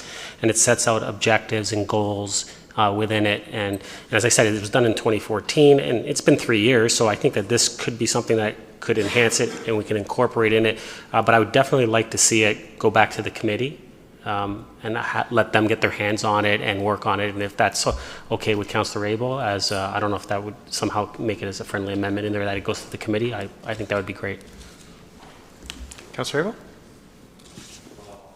That's a great suggestion. I think once we make the plan, I think if it's vetted through the environmental committee, it makes absolute sense. I would recommend that it go through the economic and development committee as well. However, we don't have one, but when we have the economic office set up, then it would probably go then. This would take some time as well. Absolutely do that. The way that the plan was done, the number of stakeholders that they went through in Newmarket was incredibly how many people they went to. I was counting, I lost count, but it's significant how many stakeholders they went to in the consultation to bring this community energy plan together. And then I think that the environmental committee would be active in the initiating of it, putting down terms of reference, follow-up drafts, recommendations, and seeing it through all the way. I think that would be extremely valuable. Before I go back to Councillor Marakis, I need a motion to extend, please, to 11 o'clock. Councillors Tom and Peary, all in favour? Opposed? That is carried. Thank you. Councillor Marakis? Yep. As I said, I'm all for looking at ways we can improve our efficiency when it comes to energy, and so yeah, I'll be in favor of this. Once we get to a certain aspect or a certain point, I'd definitely like to see our committee get their hands into it, because I think, as I said, as I mentioned, they're excellent, and I think there's a lot of expertise within that committee that can be very valuable in developing this. Councillor Thompson. Thank you. You know, I support the motion as well. I think that, you know, it is intriguing. I haven't had an opportunity to read what Newmarket or Markham has done with regards to their energy plans, but I did get a chance to go to the ministry site and read a little bit more. I think that, you know, the fact that there is funding available to offset some of the costs, I think that we should take advantage of it. I know previously, you know, the government funds different things, and there was a time when they funded cultural master plans. Unfortunately, we sort of missed out on that timing, so I think it's good to take advantage of it. When the report comes back, I would like to see some information around the funding and I guess the probability of us being successful, because I think it's a big difference. You know, it may influence our decisions whether or not we have to pay $180,000 or $90,000 or whatever, and so any more details about the funding would be great, but I support the motion. Okay, Councillor Abel. Thank you very much. I'm just looking at the clerk. I think he missed the gist of my notice of motion, and that was that the process is a consultation on a big plan, but the terms of reference are drawn out in that consultation. What I meant, and I think Councillor Marakis meant, was that the environmental committee be appraised of it. They're not the driver of it. So I think that that's lost in what you have there, Mr. Clerk. I think if it's just left the way it is, and then a friendly amendment that the environmental committee will be appraised and involved, is more the meaning of what the suggestion was, rather than them taking hold of it.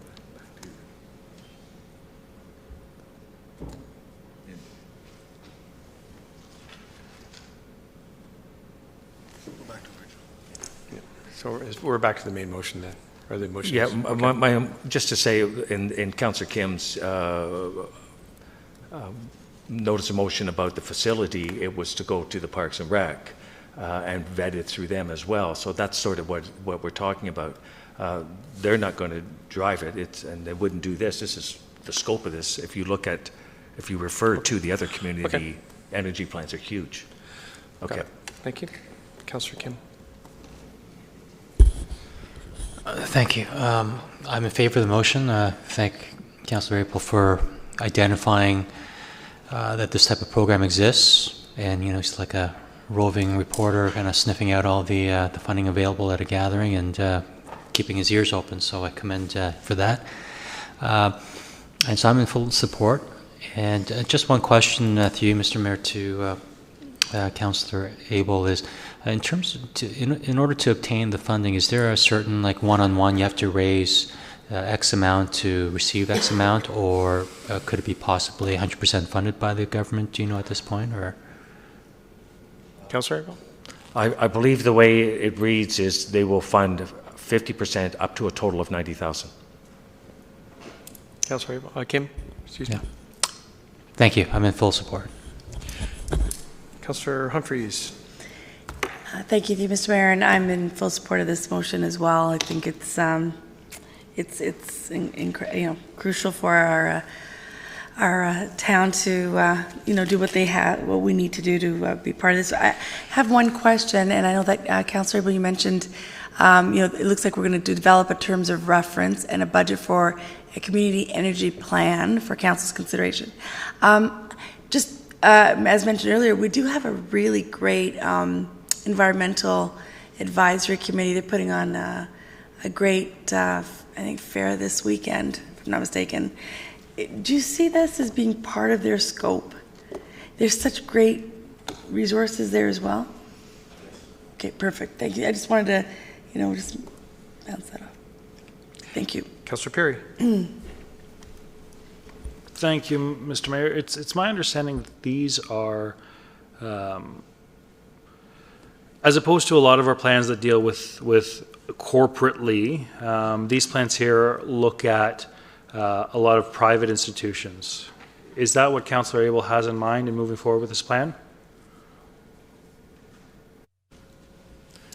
I think the plan is about the community. So the scope would be commercial, business, industry, residential, as well as municipal. So everyone would participate and be involved and would be encouraged to follow the recommendations in the plan.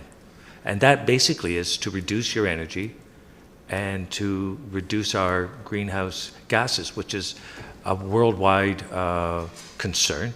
And as it starts, and the municipality, the province says that municipalities around the world are taking the lead. And typically, municipalities in a lot of change do take the lead. And we're being encouraged to take the lead by the province. By all means, do this. They have the funding. The bottom line is that we can achieve these goals. We're a much better place for it. We're more resilient. The earth is better environmentally, so economically. All these things figure in adopting a plan and going for these goals. So private, yes, but it really is a community that's going to make it work. Councillor Perry? Thank you. There's a big difference between us and Newmarket. Just so that everybody's aware, Newmarket still owns their hydro company. So if you can get a place like Newmarket, because again, these plans do specifically and intentionally work with private industries and deal with the private sector as a whole, homes, industries. A community like Newmarket has a financial incentive to adopt one of these plans because if their businesses are spending less money on electricity, everybody's being more efficient. As the owner of the utility, it helps to drive that process. Aurora doesn't currently own our utility. We sold it off years ago, and that's why we have the hydro fund that we have now. So that's a key point to be aware of. And our current utility company that works within Aurora is already working in conjunction with private businesses to get these types of efficiencies done. They know how much electricity these businesses are using. They go in and they help them save money. They know the process, they know the numbers, so they can do that. If we're adopting this through you to Mr. Nadarozny, are we at a disadvantage because maybe we can't track it as well? What will we do if we don't have access to the numbers? How can we help these types of businesses? Through Mr. Mayor, I'd have to know more about the actual format. I haven't actually looked at one of the full reports. I would imagine, though, that our utility would be supportive of this sort of work, so we might be able to garner the same information from them for our community that we would otherwise have access to if we had our own utility. But we'd have to do some more work to see how relevant that information would be and how the outcomes of our report could be comparable to a community that has their own utility.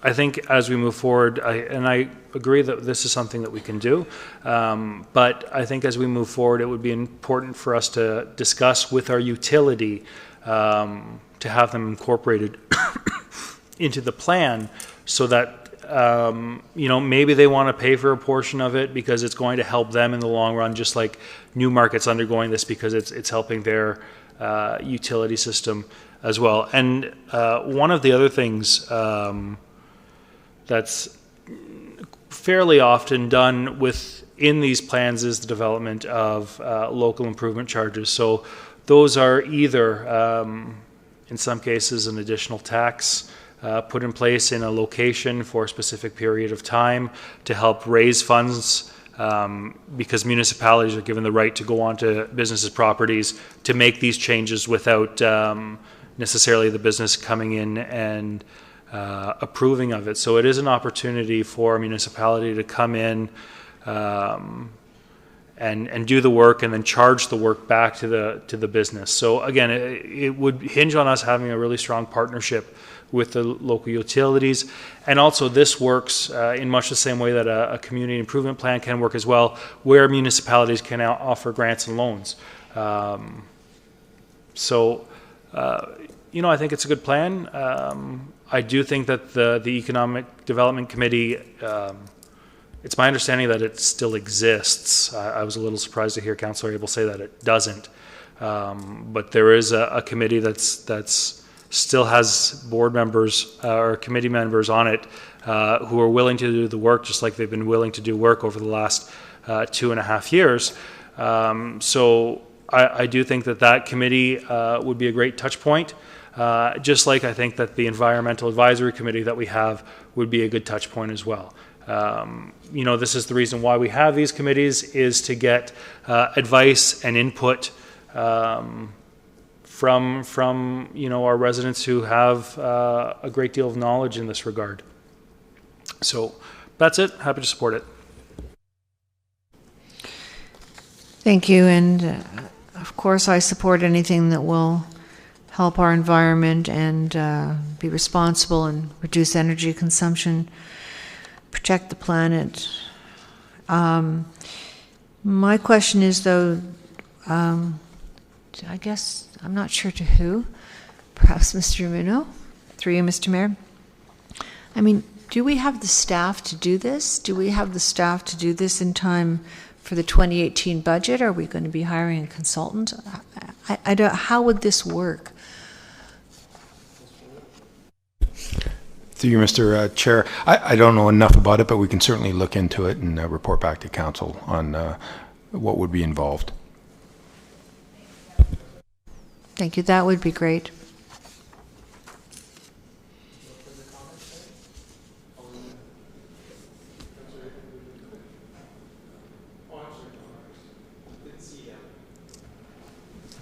Thank you, Mr. Chair. I just wanted to make a quick comment.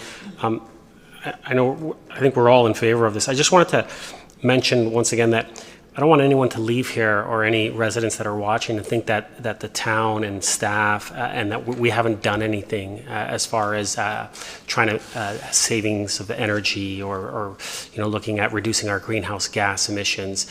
And that's why I mentioned the corporate energy management plan back in 2014. I think staff and with the help of a consultant, did an excellent and extensive job putting this together. And as I said, it speaks to all these things, and I just think that this is something that can help enhance that, as I said. So I just wanted everyone to realize that staff and the town are doing things right now currently to make sure that all our town facilities are reducing our emissions. So just want to make that known. Pardon me, Linda, if you'd open the vote. No? All right, hands. All in favor, please. Opposed? That is carried unanimously.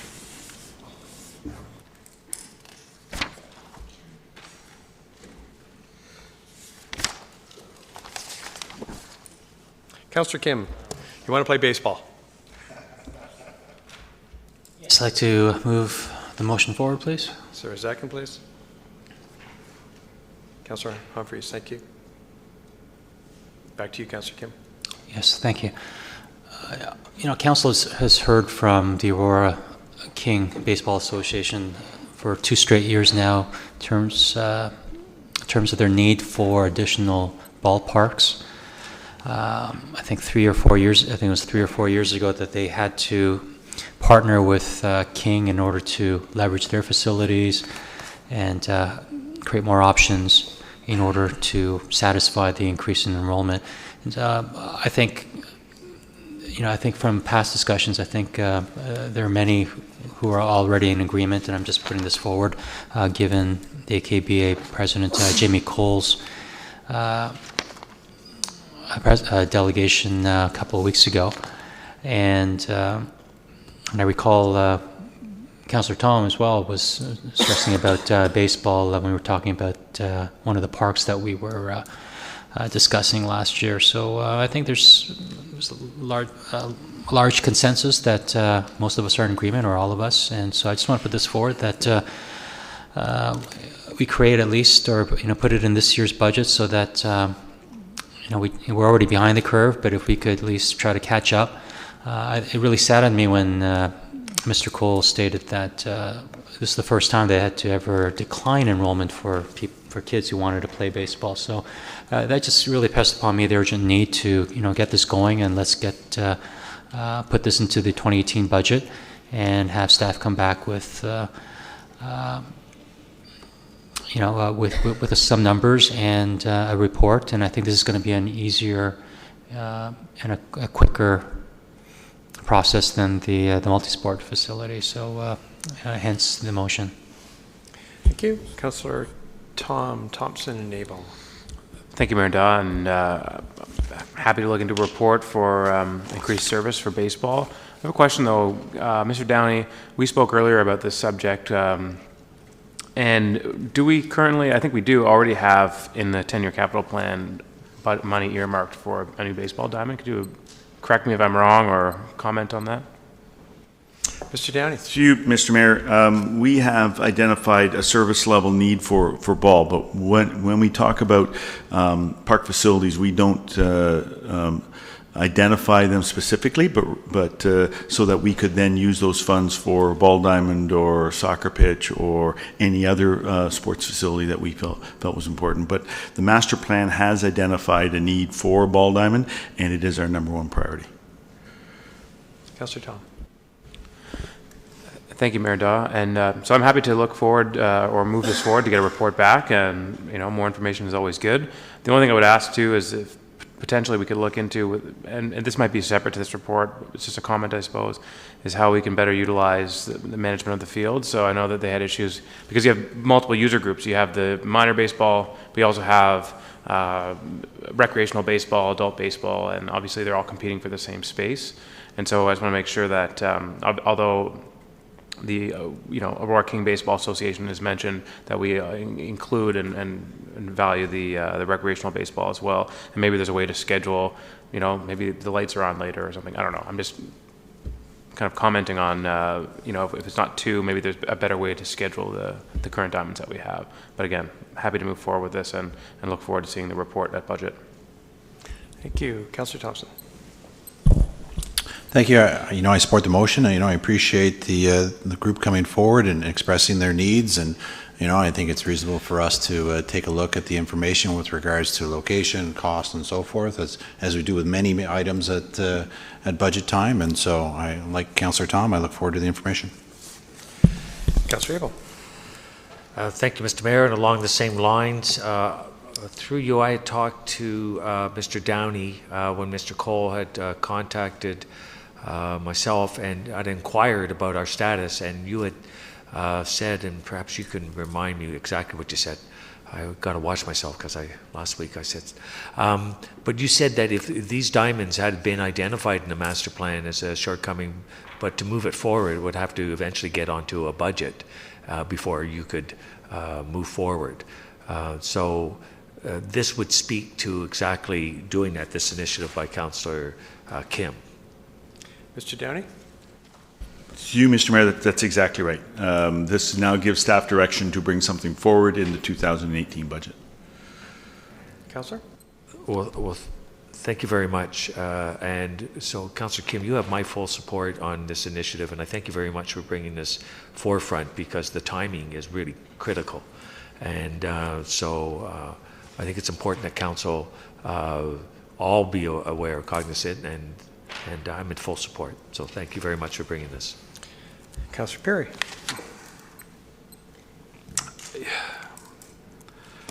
I agree that we need at least one new baseball diamond, but that's why it's in our plan. That's why it's #1 priority.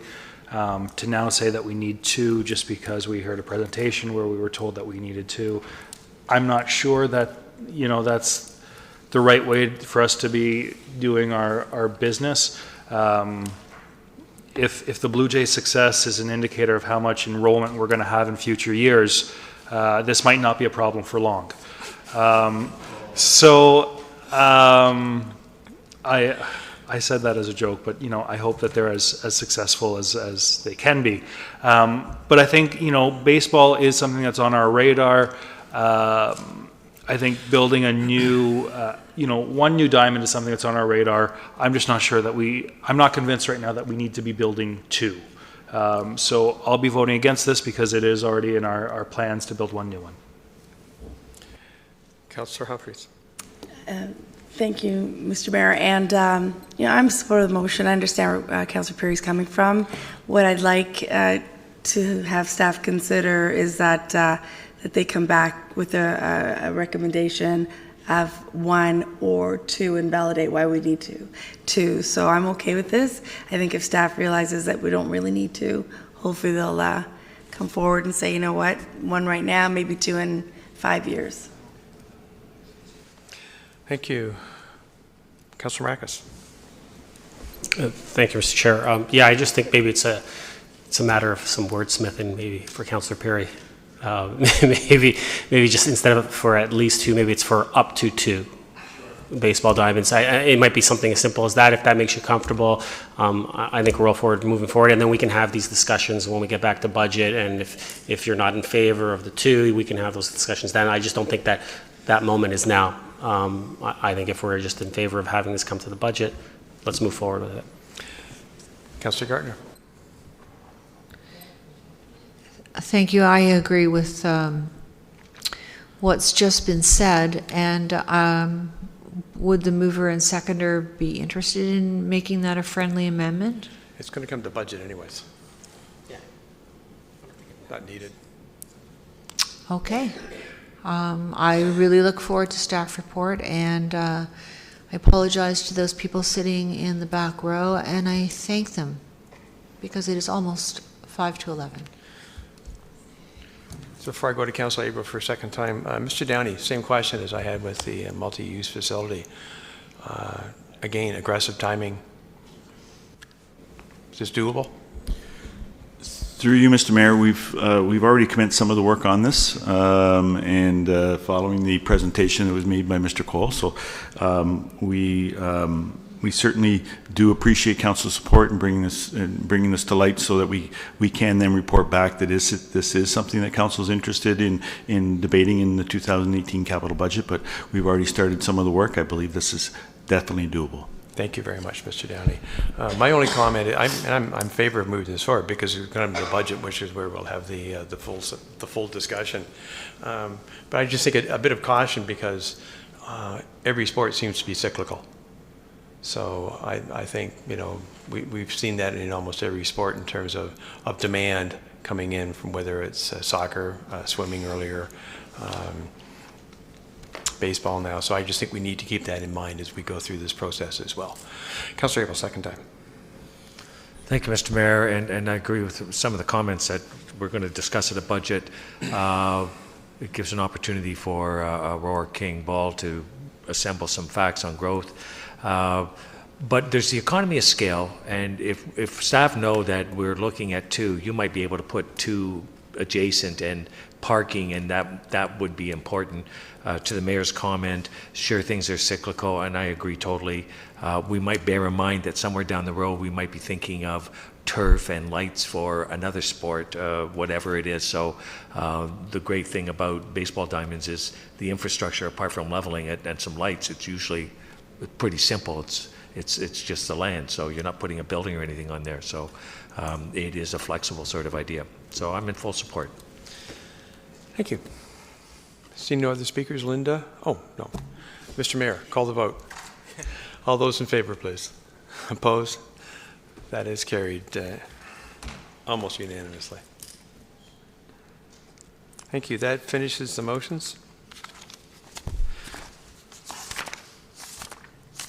We will go to new business. Oh, I'm sorry, regional report. Pardon me. Councillor Thompson moving it, thank you. Second, Councillor Tom. Any comments or questions on the regional report? Okay, so all in favor? Opposed? That is carried, thank you. Now, we will go to new business. I was going to start with Councillor Perry, but you got your name up there, so I'll start with Councillor right now. I was going to start with you anyways. I'm just going to go around the circle as always. It's much easier, quite frankly. Councillor Perry, Councillor Marcus. Thank you, Mr. Chair. We had the long debate about the internet voting. I recently spoke to Mayor Scarpitti from Markham, and considering they've instituted it since 2003, I felt that maybe it might be helpful for all of us if someone from Markham could come and maybe just let us maybe present on their experiences. And then Mayor Scarpitti has graciously said that he'd be willing to come with his clerk if we sent an invitation. So if I could just maybe put a motion on the floor that if maybe we extend an invitation to Mayor Scarpitti and the clerk and ask them to come back when that report does come back, and they could present on their experiences in Markham. Is there a second for that? Councillor Humphreys, this is simply to invite Mayor Scarpitti to chat. Yeah. That's all. Pardon me?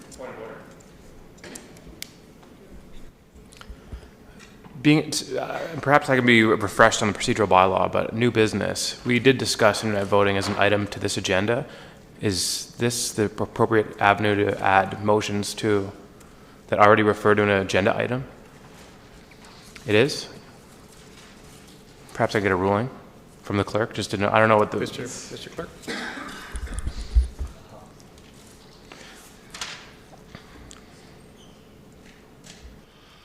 Through you, Mayor Daw, can we add a motion to an existing item on the agenda during new business? New business, that's not the intent of new business, but in terms of what's actually in the new business portion of the procedure bylaw, it's really silent on that.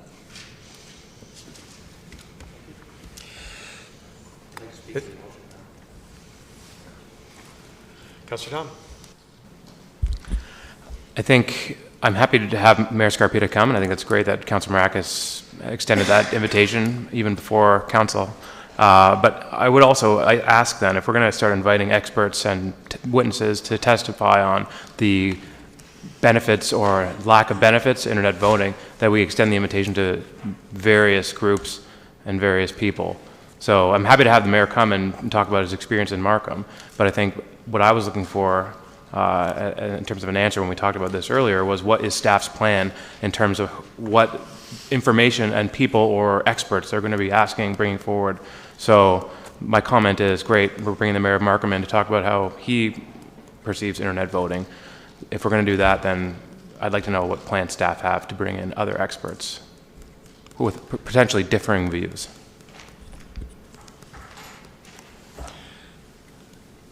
This is supposed to be, new business is supposed to be quick.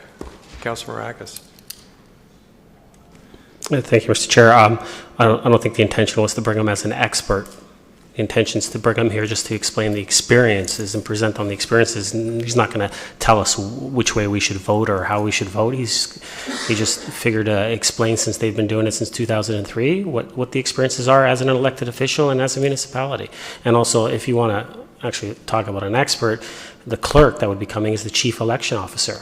So in essence, a clerk is an expert when it comes to elections. So, I mean, I just don't, and as far as new business, as the clerk said, procedurally, it's silent when it comes to a motion, so we can put a motion on the floor. We've already had this discussion, so I'm just looking to get someone to come in and just speak to us, that's all. Okay, this is obviously going to take longer than so I need a motion to extend. I can say 20 minutes. Yeah. Councillor Thompson and Abel. All in favor? Requires 2/3. Opposed. Councillor Kim, Councillor Abel. Okay, I'm going to cut this off pretty soon. And ruler. Pardon? I just want to invite others. Can't wait to finish the meeting. Okay, quickly, please. Yes, thank you, Mr. Mayor. You know, it's a good point that Councillor Tom makes, and I'm not resistant to having a guest speaker and share their experience. But to make it objective, then, you know, maybe invite another municipality's mayor and their clerk who decided not to go ahead with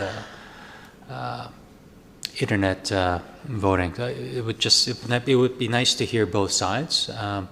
If you hear one, I think it would be good to hear both sides. So that's my 2 cents. Well, Councillor Abel was on the list.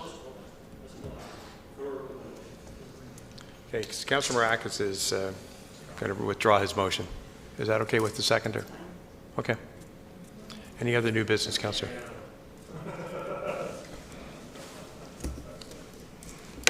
Councillor Maracas. Thank you, Mr. Chair.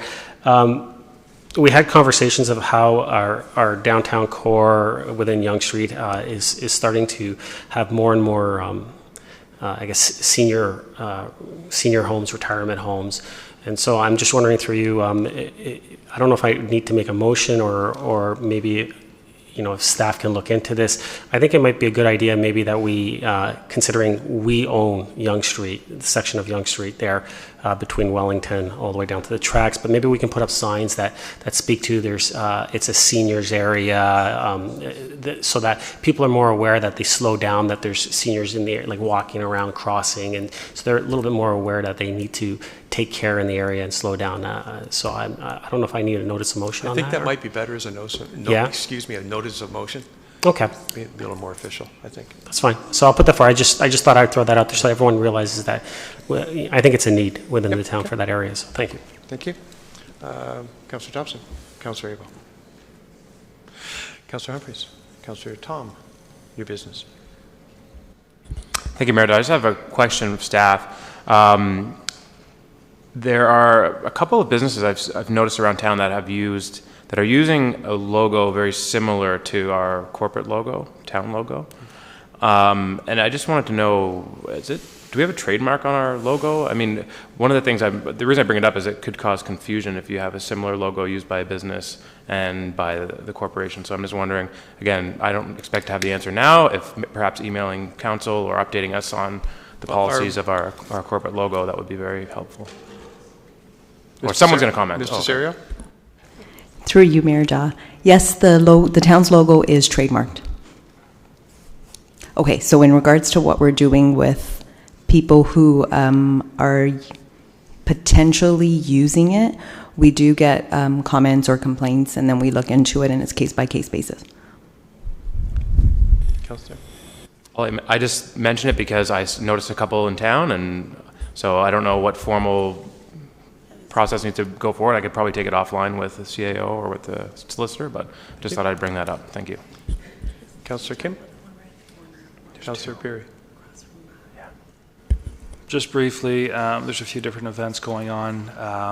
The Aurora Eco Fair is a great one, taking place on Saturday at the SARC, running from 10 to 2.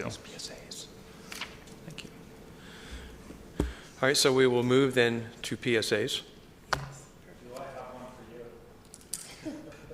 Councillor Perry, what do you have in PSAs? Nothing else. That was it.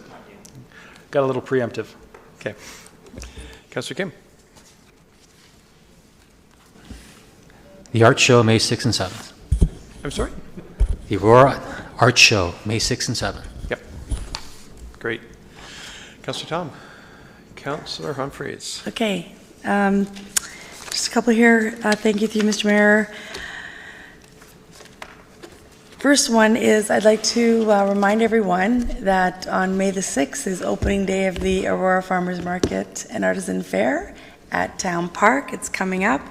It's going to be fantastic to have our market back 8 to 1 at Town Park. So hopefully everyone will be out, and it's already coming that time. So I'm very excited about that.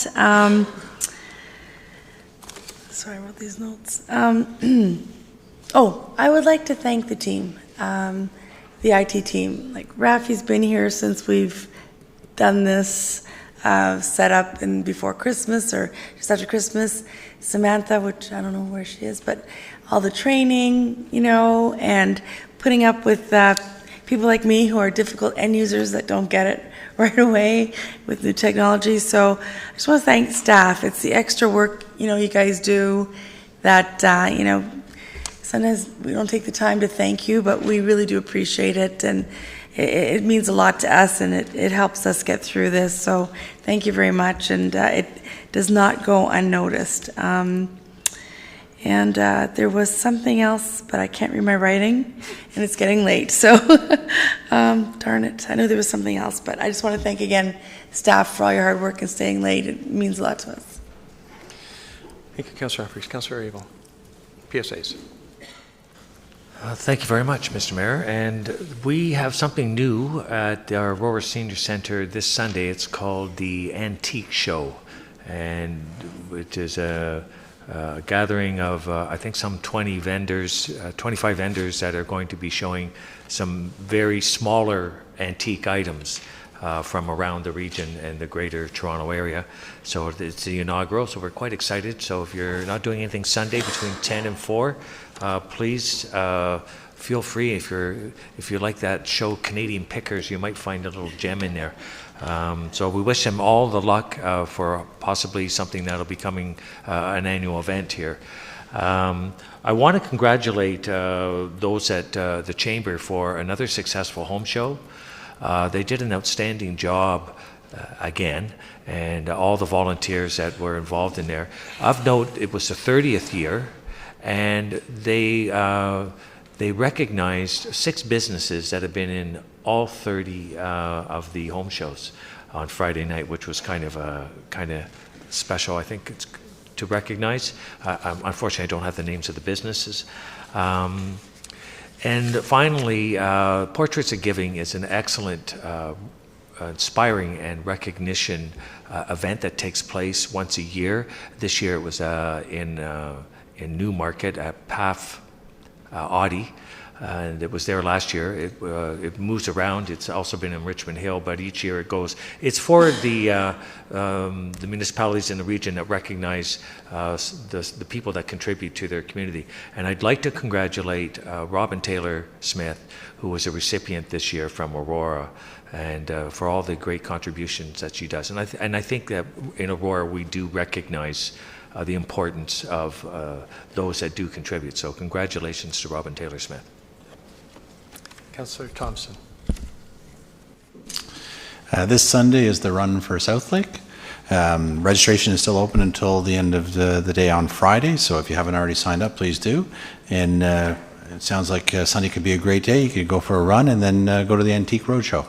So that's it. Thanks. Thank you. Councillor Maracas. Thank you, Mr. Chair. It's still a little bit early for it, but I'm just going to mention it just to get it in everyone's head. On May 29th, the Volunteer Appreciation Awards night will be happening. The selection committee has just finished picking the recipients. Who are they? Well, I can't tell you just yet. You know, it's a night where we get to appreciate all the work that are the great volunteers within our town and what they do for the community. So just want to put that on everyone's mind, that remember May 29th, and I'm sure I'll bring it up again as we get closer. Thank you. Just a couple given the hour. Wednesday, April the 26th, over at the Cultural Centre is the Casual Noon Hour Concert of Harp. Sounds rather interesting. Donations at the door. And I'm sure there's more information on their website. Movies in the Park at the Sark starts on Saturday night. That's a pretty fun event. Aurora.ca, Movies in the Park. The Canadian Blood Services is having a blood donor clinic here in Aurora at the Legion on Thursday, April the 27th from 2:30 to 7:30. They're trying to collect 100 units of blood. And the last one is the town of Aurora is still seeking nominations for the John West Memorial Scholarship, valued at $1,000. Applications are, the deadline is Thursday, June the 1st. Aurora.ca, Leaders of Tomorrow. That's a great program. Definitely worth checking out if you know someone who's a good student. That is all our items. We have 3 bylaws. Would someone care to put those on the floor, please? Councillor Beery, Councillor Kim.